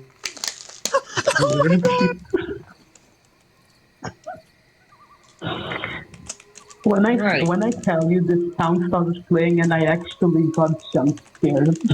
And then I remember that we don't have wolves here. You don't have wolves in Cabo Verde. We don't. It jump scares me anyway. But So, yeah. I'm sorry, Halcyon. What's the plan? Are you and Michael gonna go to the encampment then? Max is also going. Maxwell's coming too. I hope. Yeah. I remember Yeah. Leon said that if you do not follow what he says, he's gonna serve Beatrice at a dinner. I hate You when could I also hate confer this comment. with your other allies like Comus, Artemis, all of them, Lupa. Bring everybody into the loop, you know. Yeah. I think we should tell them. That I might be a like how good no idea. one's. Yo, I like how no one's asking, hey, where's Hypey? Like, no Yeah. one's asked that the entire time. We were kind of interrupted before we had a chance to ask by a certain gay Mist Wolf King. Yeah. Can I just say, Like called us, like prank called us in the middle of Yeah, we got the a prank discussion. call. What's up, Beatrice? I just want to say for the record, if will be delighted if I was double crossed. If this is a triple cross, I will be so disappointed. I want you to go full evil. Me? Yes. Oh. Okay. I love your trait, damn it. You want to be betrayed? Funny as shit. Well, you'll see. You'll see. I've got stuff planned. Well, alright, do I want to go to Ivy and Ascalon before we end?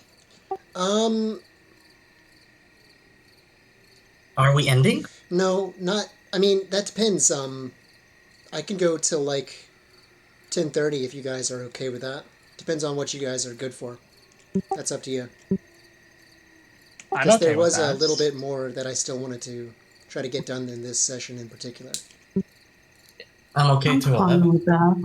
11? I mean, that's up to y'all. I can go to 11 if that's. It just depends on what Yeah. you guys can do. I can do that.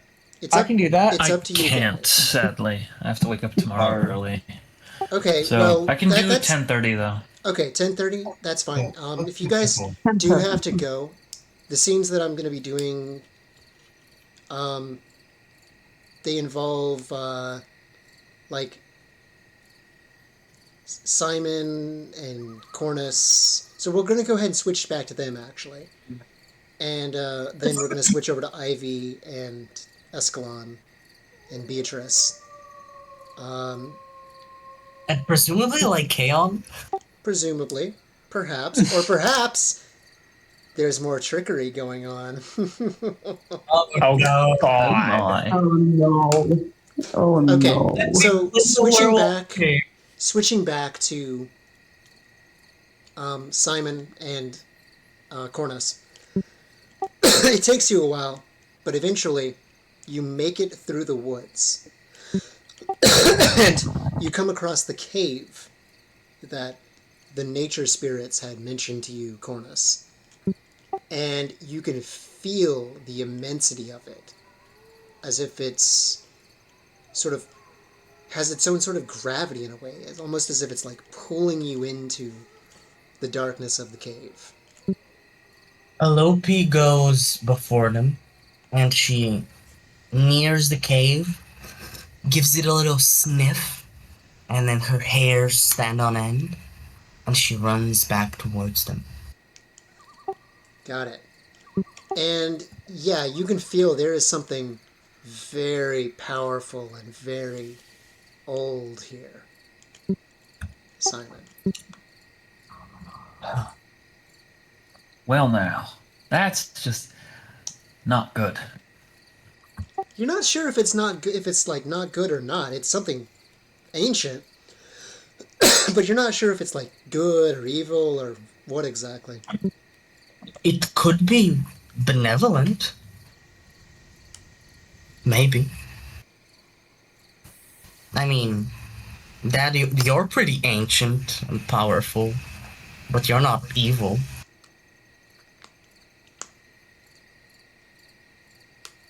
Well, I suppose we go in. I mean, when has fear ever stopped a satyr? Right, you are. And Cornus walks ahead. Simon follows, hand reaching for the sticka, just in case. And together, father and son walk into the darkness of the cave. And you walk for a while, stumbling through the shadows, as it were. And up ahead of you, you think you see sunlight. You're not sure how long it is you've been walking for exactly, but you approach the sunlight, and you come out the other end into perhaps one of the most beautiful places that you've seen. You can see the rolling hills and mountains, and the sun high, high up in the air. It almost strains your eyes. You have to cover them from the glare of it all. And you can feel just the immensity of the natural world here in this place. It seems that you've come out, excuse me, god damn. You've come out of this cave at the base of another mountain. Somehow, it doesn't seem like it should be physically possible for such a thing to have occurred. And now you're standing in the shadow of it. And ahead of you, you see a small gathering of figures. You can see nymphs, dryads and oreads, and perhaps other sorts of nymphs gathered around a man and a woman. It seems as if the woman perhaps only recently finished giving birth to a child of some sorts.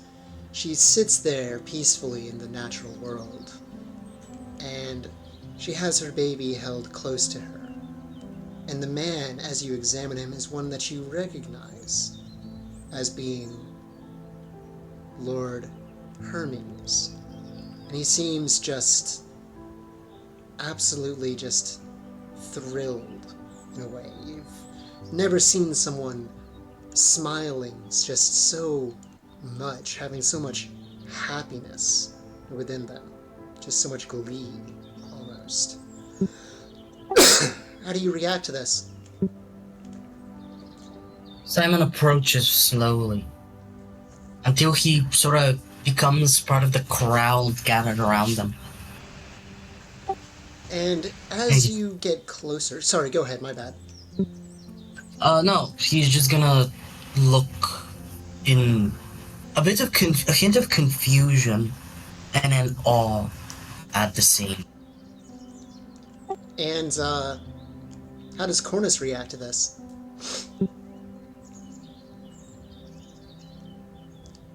He's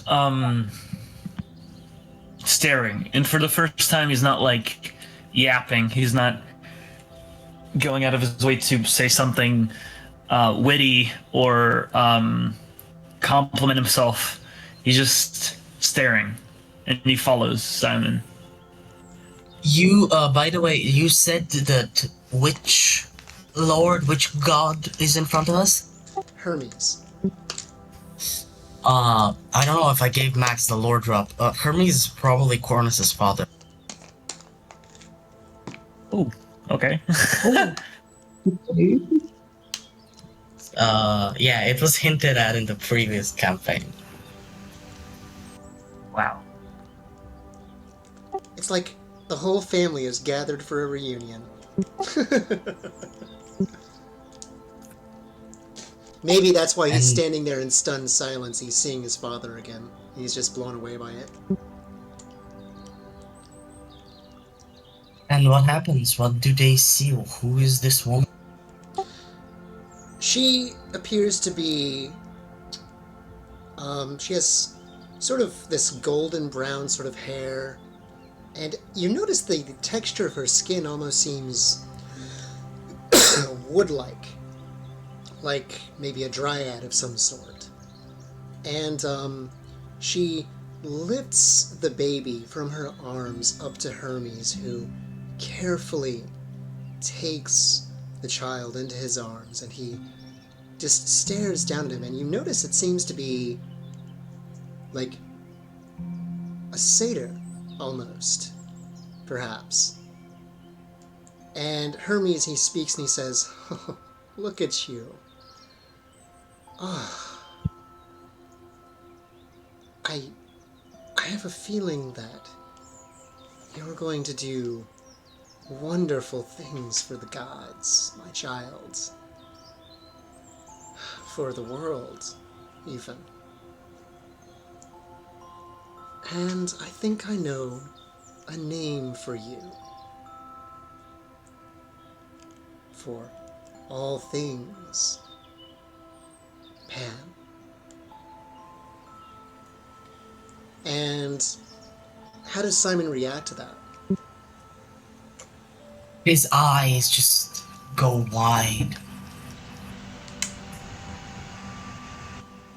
And he looks at Cornus, and like wordlessly, sort of with this wordless but questioning look. Holy shit.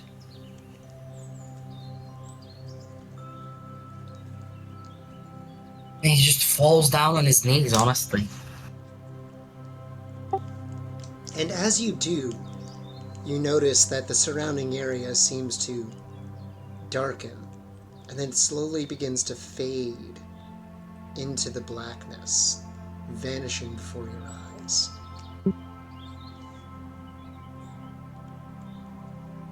How do you react?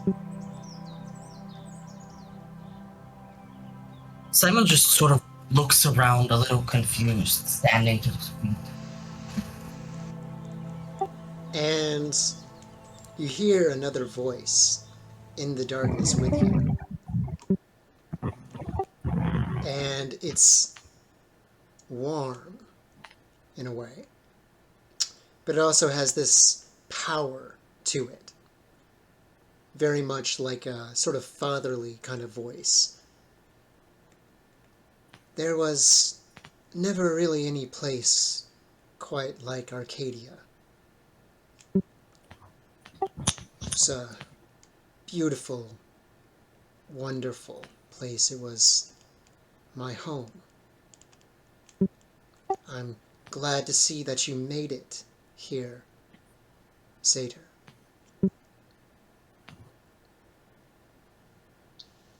His voice sort of dies in his throat, though his mouth opens. Is that you? My lord? It is I, child. And he kneels again. Lord Cornus Pan. also kneels.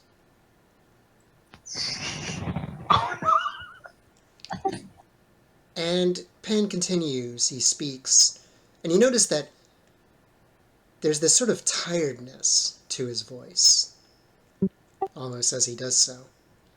I've been waiting for such a long time now. The last bits of me are very tired. I've stayed here for so long now in this world because of the belief of the satyrs, and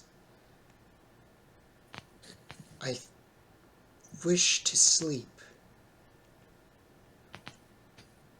Can you deliver a message for me?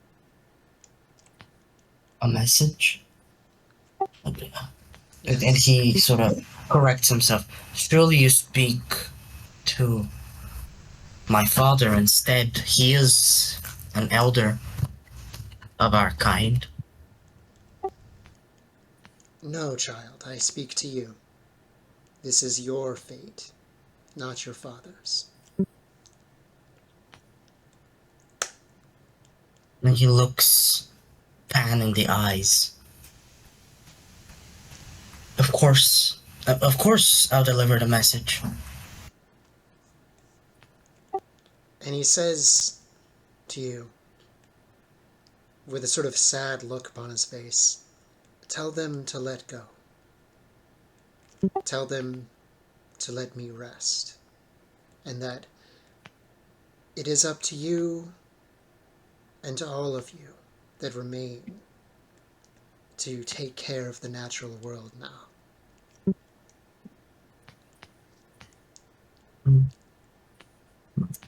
No, you can't. But you're a god. Yes, Not I am a god.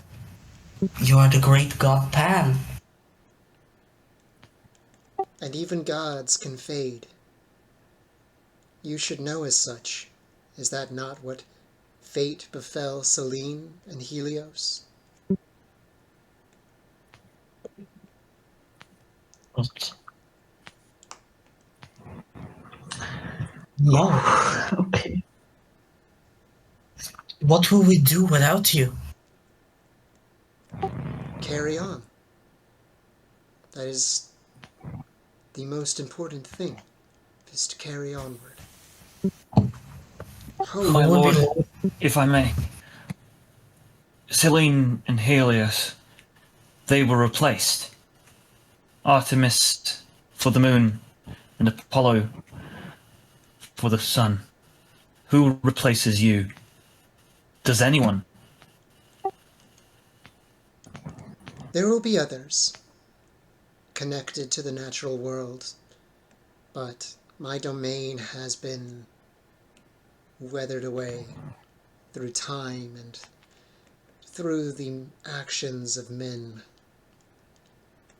The wilds, I fear, will never be as they once were. Things inevitably change. That is perhaps one of the only constants within reality. But Simon, even without me, hope will go on. It is not gone completely. You must carry it with you.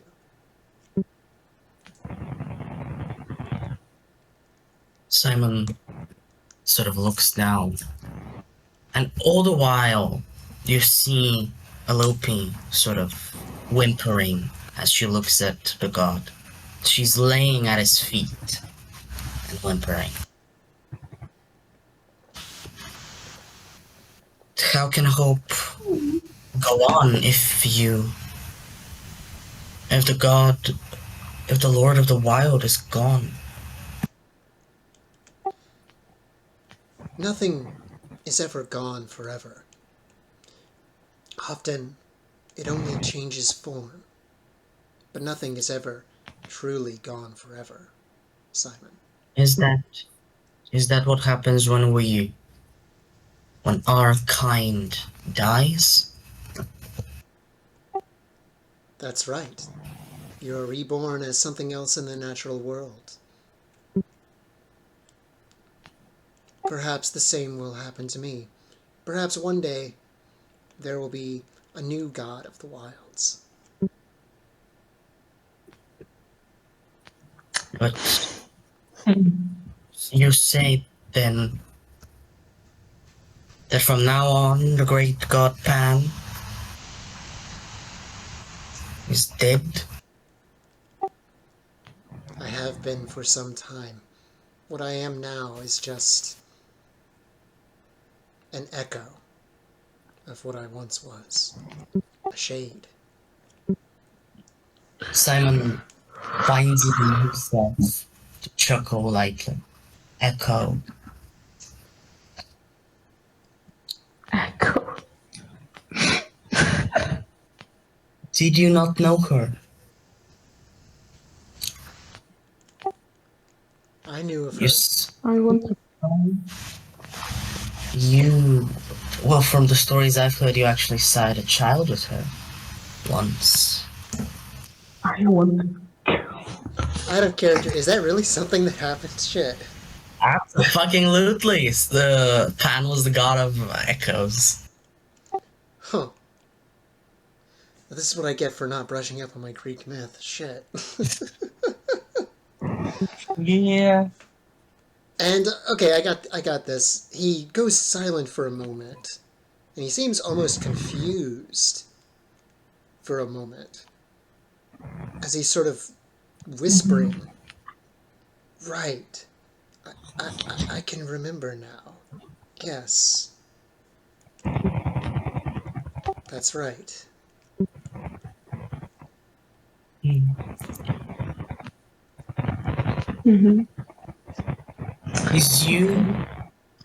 Are you as she was?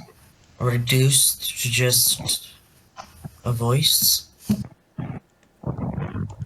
I can do little else, but I think with the last of my power, I can grant you a boon. Something to help you in the coming battle between the wolf and your friends. The wolf. Lycaon, he was also of Arcadia, wasn't he? He was. Yes. They were both on Mount Lycos. The remnants of human sacrifice. My lord, did you ever partake in such acts? Out of character, I don't actually know the answer to that question. Make up an answer to it. There Okay. isn't one. There isn't? Then why would you ask me the question? Okay. Could. Okay. Yeah. Alright, let me think. Let me think here for a second. Shit. I was thinking it was gonna go in the Antaeus in the Battle of the Labyrinth direction, you know. The way gods are honored isn't exactly up to them. Okay, I can work with that. Yeah. And he says to you, mortals, they honor us in their own sort of ways. Sometimes they do things that we ourselves do not approve of in our names. But that does not mean that we ever approve of those actions. I understand. My lord? You were born of Hermes and a simple dryad, were you not? I was, yes. And he just looks at Hornus and he looks at Pan. Does that mean that you are half brothers? Well, that's a question, isn't it? I suppose it suppose. does. Yes. Yes, it does. Thank you for speaking to us and offering us this boon, my lord. Do you accept it? And Simon, fate twists and turns and churns around you, almost as wild as the passages through the cave as it winds through the earth. Do you accept this twist of fate? May I speak it out in character dialogue? Yes. My lord, you are the greatest god of the wilds, the greatest lord of them. But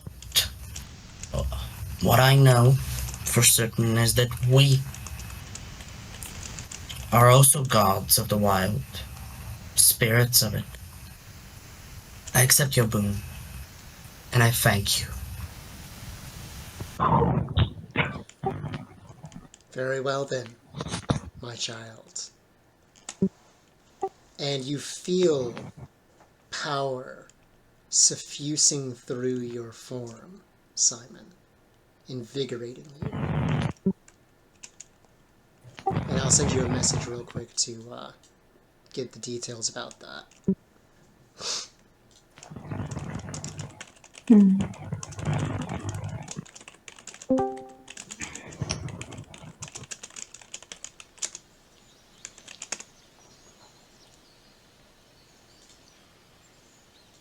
Man, Oh wow.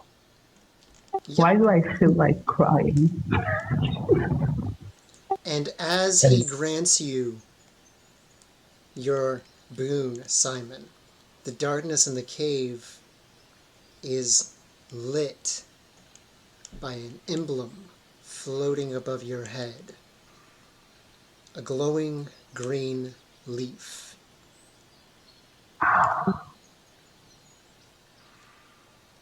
But I'm not a demigod. He turns towards the leaf. You are now a ward of mine.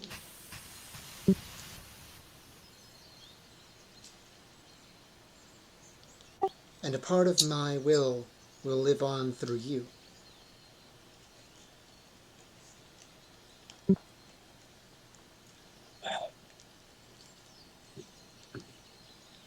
I do not know what to say. I never thought fate would come to such. And you see sort of tears sort of welling up at the corners of his eyes. And he just wipes them. And Pan responds to you and he says, "Do not weep. This is as it is meant to be."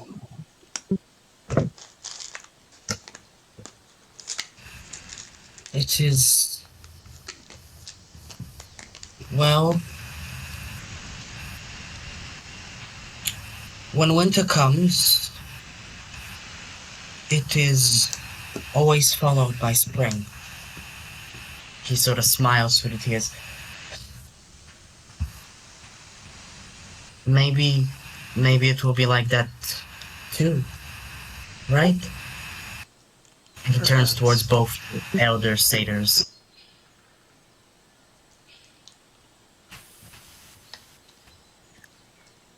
Cornish nods.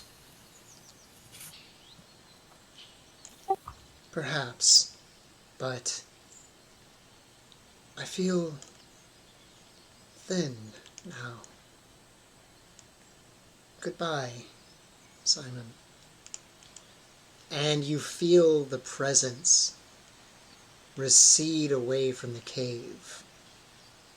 And you'll find yourself alone with your father in the darkness again.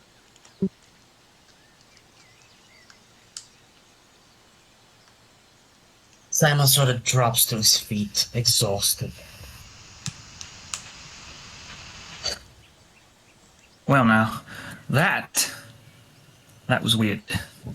Um, well, congratulations, kid. You just got yourself another dad. And my half-brother at that. What am I even supposed to do now? Do as he would. In any situation you choose to, think what would he do, and if you feel it's right, do it.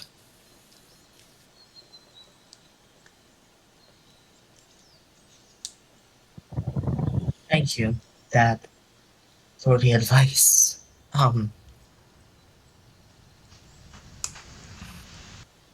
guess we'll just have to go on. As always. Okay. And we're going to swap back to Ivy and Escalon, and then we'll end the session there. Ivy, you're walking along with Escalon through the camp. He holds the jar from earlier, along with his mask in his arms. And you're getting some looks from the people in the camp around Of you. course I am. But Yeah. he speaks and he says to you, I've been thinking about the things that you said. And I Really? wanted to say to you, Ivy, that I'm sorry for all of it. I'm so sorry. You're sorry. Now. Yes. Because I had to point it out to you. Well, be as powerful as I may, I am not immune to making mistakes. You are indeed only human, despite how old you may be. I wanted to assure you that from now on, as soon as it is within my power, all of those whom I have brought back in a situation such as yours, they will be brought back in a real body. I will not be doing as I have before. It is cruel and wrong. And to that end, I wanted to offer you a choice. I wanted to offer you your body. And I wanted to offer it with you with a promise. Whatever choice you make going forward into the future, you will not owe me anything. It is your life, and you should have every right to make your own choices without being chained to somebody else. Do you wish for your wish to be granted? I'm prepared to do so now. Oh, I would love nothing more than for my wish to be granted. I would love nothing more than have the body I've craved since I was mortal still. More mortal than I am currently.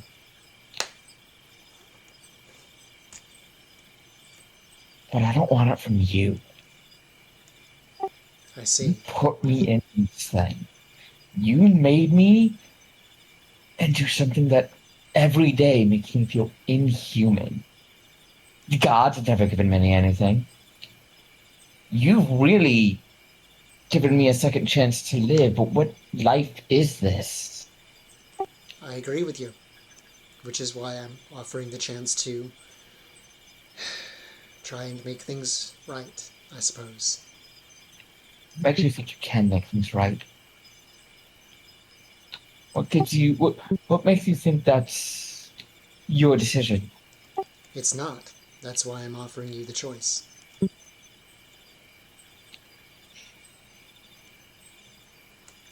I don't want it.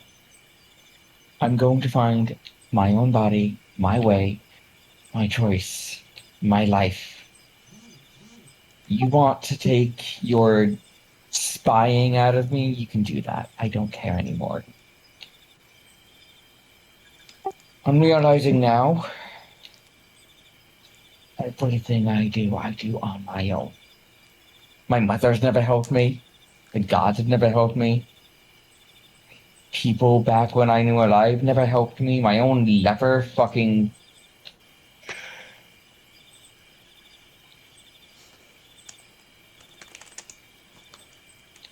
I will find a way to get what I want without you, without the help from my mother, without the help from anyone. Now, Beatrice. You captured her, right? Or like Heian did? Someone did? I heard the commotion. Correct. She will not come to any harm. I can assure you I of that know much. that. I'm aware of that. And I guess you're using her as bait. Actually, that was not my intention.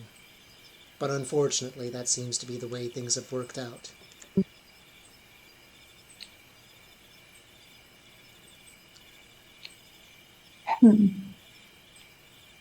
I have convinced them everything. Let her go. Let me take her place. She actually put that in quotation marks. What was that? She says, let me go, let me, in quotation marks, like doing the quotation mark signal, let me take her place.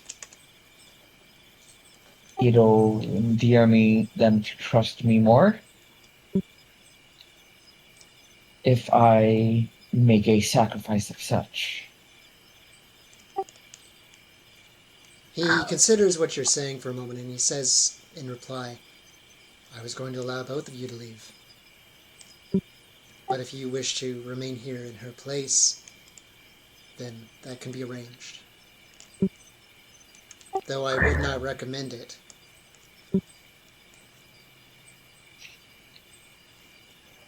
I'm not too scared of that dog. He's...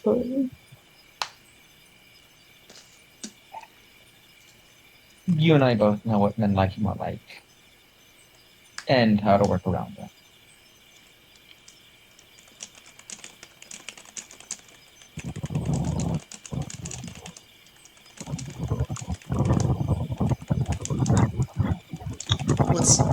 One second.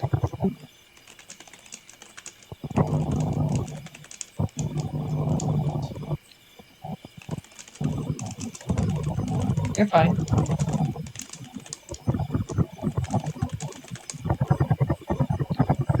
Sorry, I'm just quickly discussing something with somebody. Sorry. Okay. What is that like helicopter noise?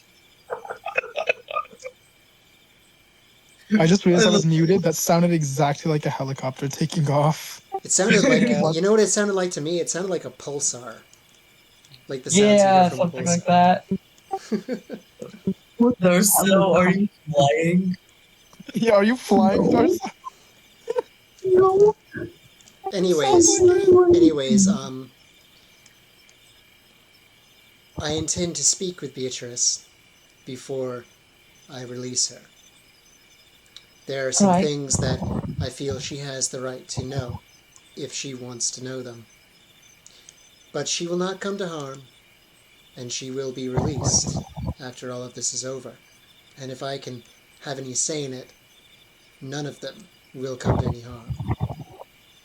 If you wish to remain here, in her place, then you may. I do. This way we can keep an eye on and make sure he doesn't endanger your plans, as he's already seems intent on doing. Oh, I'm aware of his intentions. Hope, we can have that happen. Like, if you want to have him walk in right now, we can totally do that. Would Ivy want that? Would Ivy, would you Sure. be okay with Oh. him, with not asking Lycaon walking in on them as they're talking? If you want to, yeah, sure. Just make sure he As- didn't. Just make sure he didn't hear that last part. So he's just walking Yeah. into the conversation just now. And speak of the wolf, and he doth appear. You see the tall shape of Lycaon sort of step beside you. A wolfish grin upon his face as he gives a little bow to Escalon. Lycaon, I see that you've heard the news of our recently captured prisoner. I certainly have. You'll have your chance to use her in your little plan, but not before I talk with her. A pity.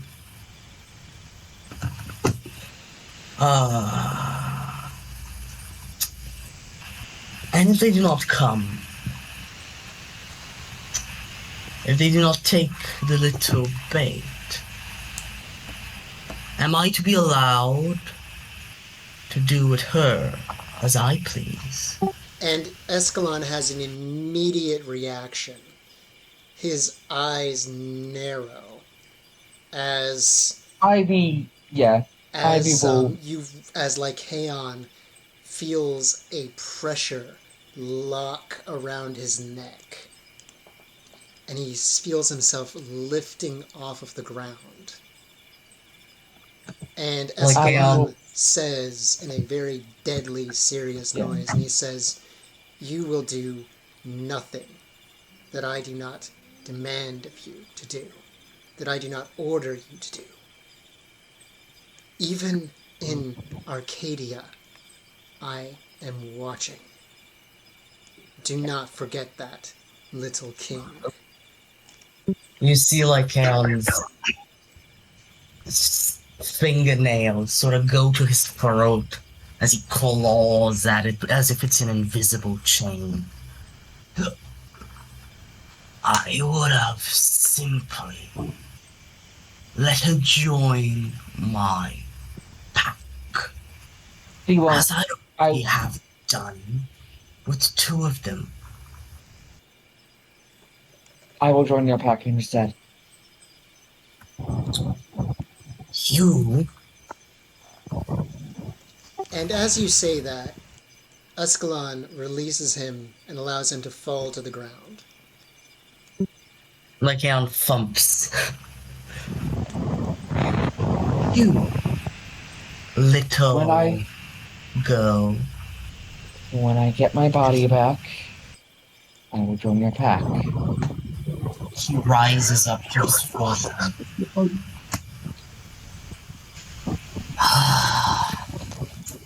Such a display of tyranny from someone who wishes to bring freedom.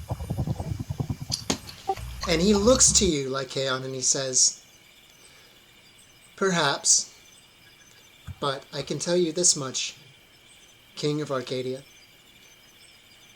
If I am to be a king, I will be the very last king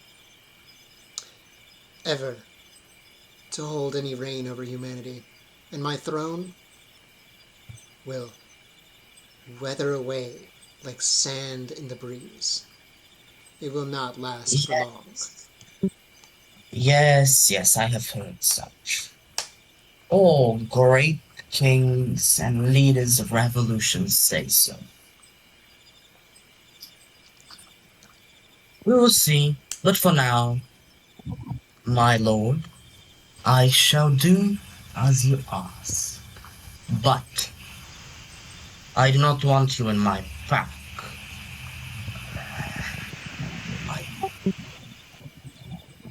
Me? Yes. Why not?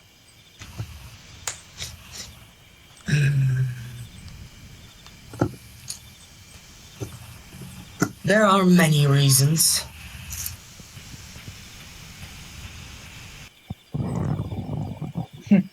He looks at you with a little bit of disdain, teeth bared.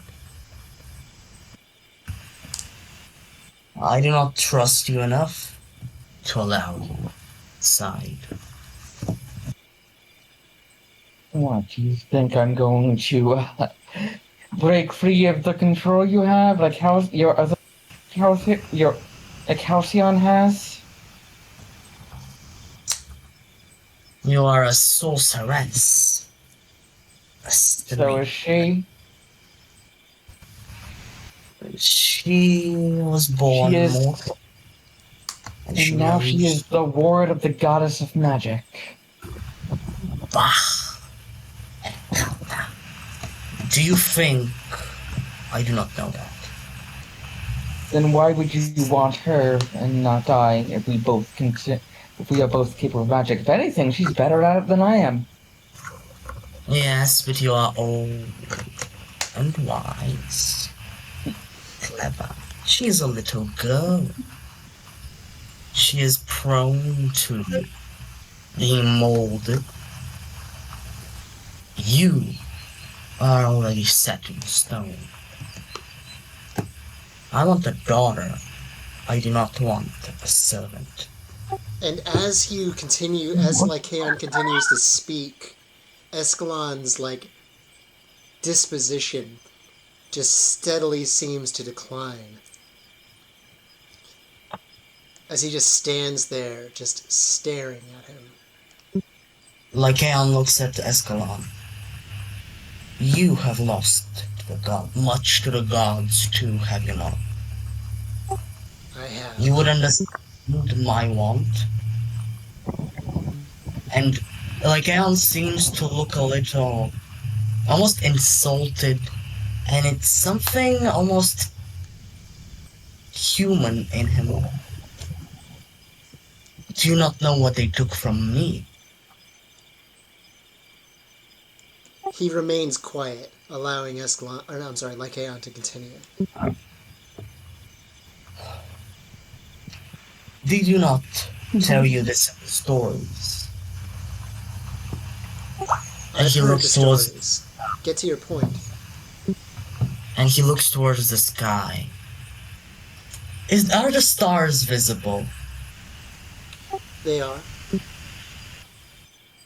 Can we see Ursa Major? You can. And he just looks at it wistfully.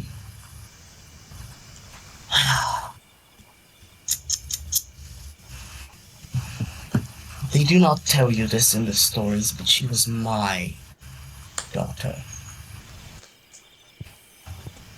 Escalon, he almost seems to smile at that. Then he starts to chuckle. Oh yes, Even I'm Ivy aware. is. Even Ivy chuckles a little. Oh, just a daughter. And Lycaon sort of growls at them, snaps at them. And he just shifts into a wolf. And runs off. And Ivy looks at Escalon and she's like, he realizes I've lost everyone I've ever loved. Yes? Lycaon is All my family? a very poor manipulator, it would seem. Yes. You don't say. Could you disguise me as Beatrice? With the mist? Certainly. Yes. Do that. Let me take her place. I'll try to turn her into being quite a nasty surprise if he does. Indeed. I agree. Then let us enact our plan. But first, Indeed. I must talk with her. Of course. And I think that's where we'll end the session for now. Okay.